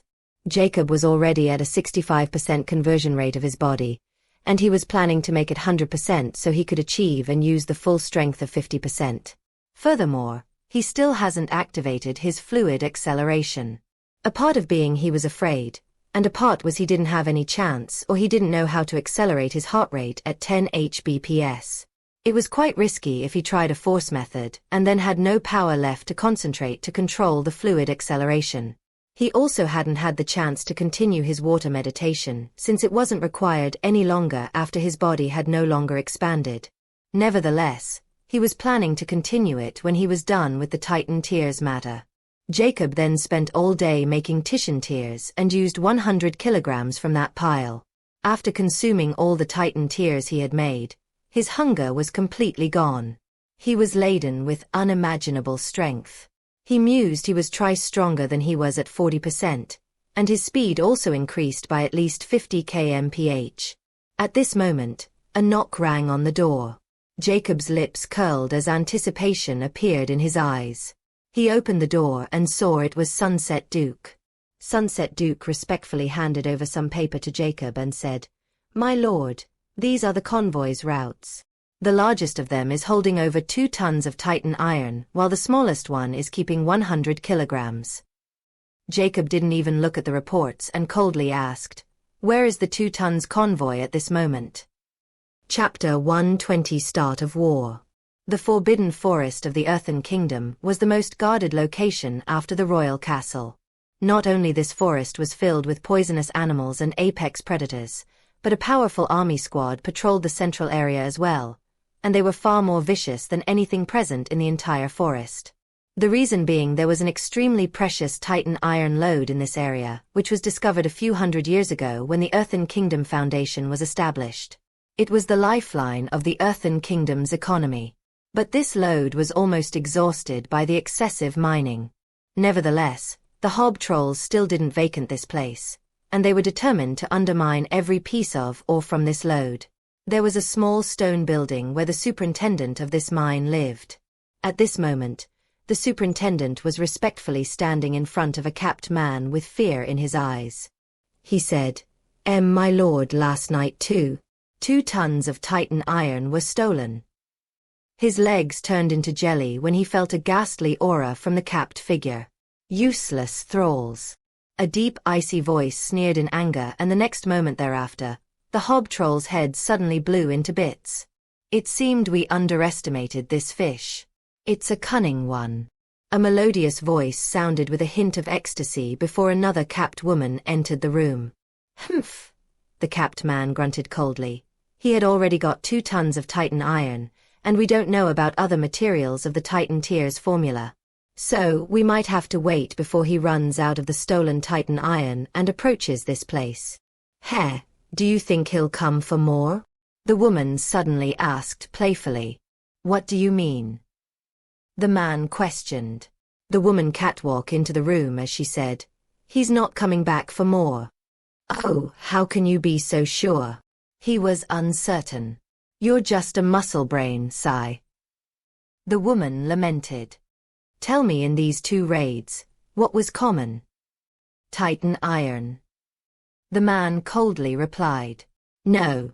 Don't you read the reports that there weren't any traces of a carriage or any vehicle moving the Titan iron in the first raid on the warehouse? This time, the convoy was completely destroyed, and only the container was taken away. This means whoever stole the Titan iron had used no means to carry it. I can understand the 250 kilograms even though I can carry it with 1 finger. But 2 tons will take me at least 1 hand while you have to use your full strength to travel with this much weight." The woman's voice went serious in the end. "So, you're saying this person might be as strong as me?" the man asked in disbelief. "Maybe, but he's not far away. So, tell me how much something made with a Tier 3 common material can affect your strength." The woman asked another question. The man was startled before he blurted, "It won't affect me at all, but if I took in a large quantity, then it might make some difference. But only once. Now I understand that motherfucker won't need this level of Titan iron anymore after consuming over 2 tons of it. Didn't this mean we'll let him escape again?" His voice was filled with indignation and helplessness. He, you see, that's why I called you a muscle brain." The woman suddenly laughs in a mocking tone. A dark red light suddenly glowed between the cap as 2 crimson eyes glow with bloodlust. "Now we just have to visit those people who know about the convoy's routes as well as to check their purchases in these past few days. We might catch our little troublemaker fish. I can't wait to eat this cunning fish." A chill ran down the man's spine when he heard this, and a scary proposition surfaced in his mind. Could it be all of this was just a trap set by this crazy bitch? It had been an entire week since Jacob had stolen the entire container of the Titan iron, and he was locked in the underground facility while making the Titan tiers. He was almost done, and only a little over 500 kg of Titan iron left. If not for the other 2 materials shortage, he won't take a break until he was done. Jacob exited the underground warehouse to get some fresh air. "I have successfully made over 1,500 drops of Titan tiers, and with the remaining Titan iron, the grand total would be around 17 to 1,800 drops. Well, this much is enough for me to cross 2 more limits. Until then, I'll be able to acquire the materials for the higher level elixir. I can finally leave this place." Jacob looked at the cloudy sky with some expectation. Jacob also absorbed the heart essence of Tunny, who was a Tier 7 pine orc, and it only raised his heart percentage from 51.01% to 52.06%. Which made Jacob somewhat depressed because he was used to getting this much from a rare species. But now the rarer species were adding 1.5% to the heart's progress. This means, by the time he reaches 60%, this number would further drop between 0.06 to 1.00. Jacob now had a deep understanding of how percentages would add to the progress rate as he grew stronger and stronger. It seemed I have to skip the rare region. Jacob thought deeply. At this moment, he heard hurried steps and looked in the direction. He was the Sunset Duke's son was rushing toward him with a pale face. "What is it?" Jacob coolly questioned. The young hob troll answered while panting. War." Jacob's eyes narrowed. "What war?" "An all-out war between our kingdom and Humane Kingdom. It was just announced, and everyone was ordered to get ready for the invasion." The hob troll answered while catching his breath. "All-out war, invasion? Did they provoke you guys?" Jacob asked curiously. The hob troll shook his head. "I don't know, but father has to make a trip to the capital. The king summoned every noble to discuss the invasion plan. I was here to report it to you and deliver the materials Lord ordered. They have arrived. However, the supplier told me that this would be the last batch of these materials, and we have to wait a couple of months for a new batch, and it might even take longer because of this abrupt war." The young hob troll seemed quite excited when he spoke about the war. Not just him but the entire Earthen Kingdom was in an uproar because of this sudden war declaration. The hob troll species were innately warmonger and savage.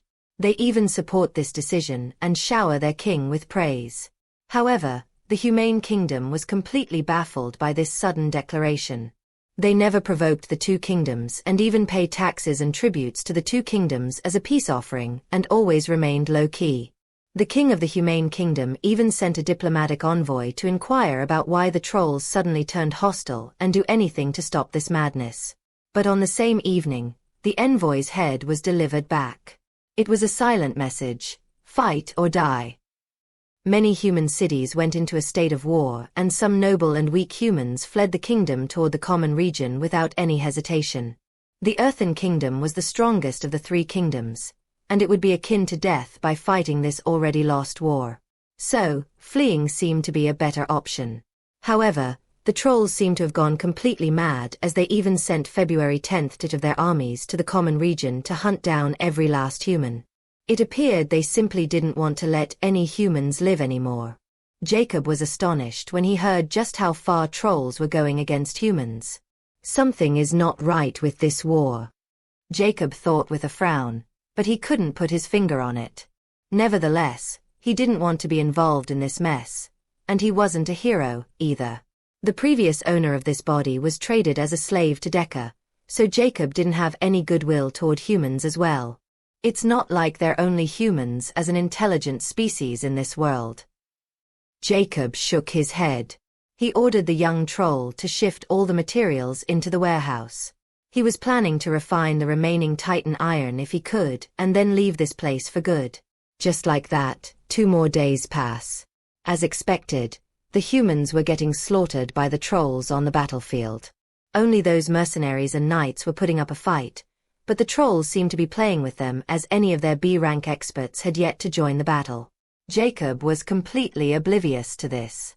Right at this moment, 2 capped figures enter the Sunset Duke's mansion as if they were on a stroll. "Hee hee, see. We caught our fish." The woman chuckled darkly.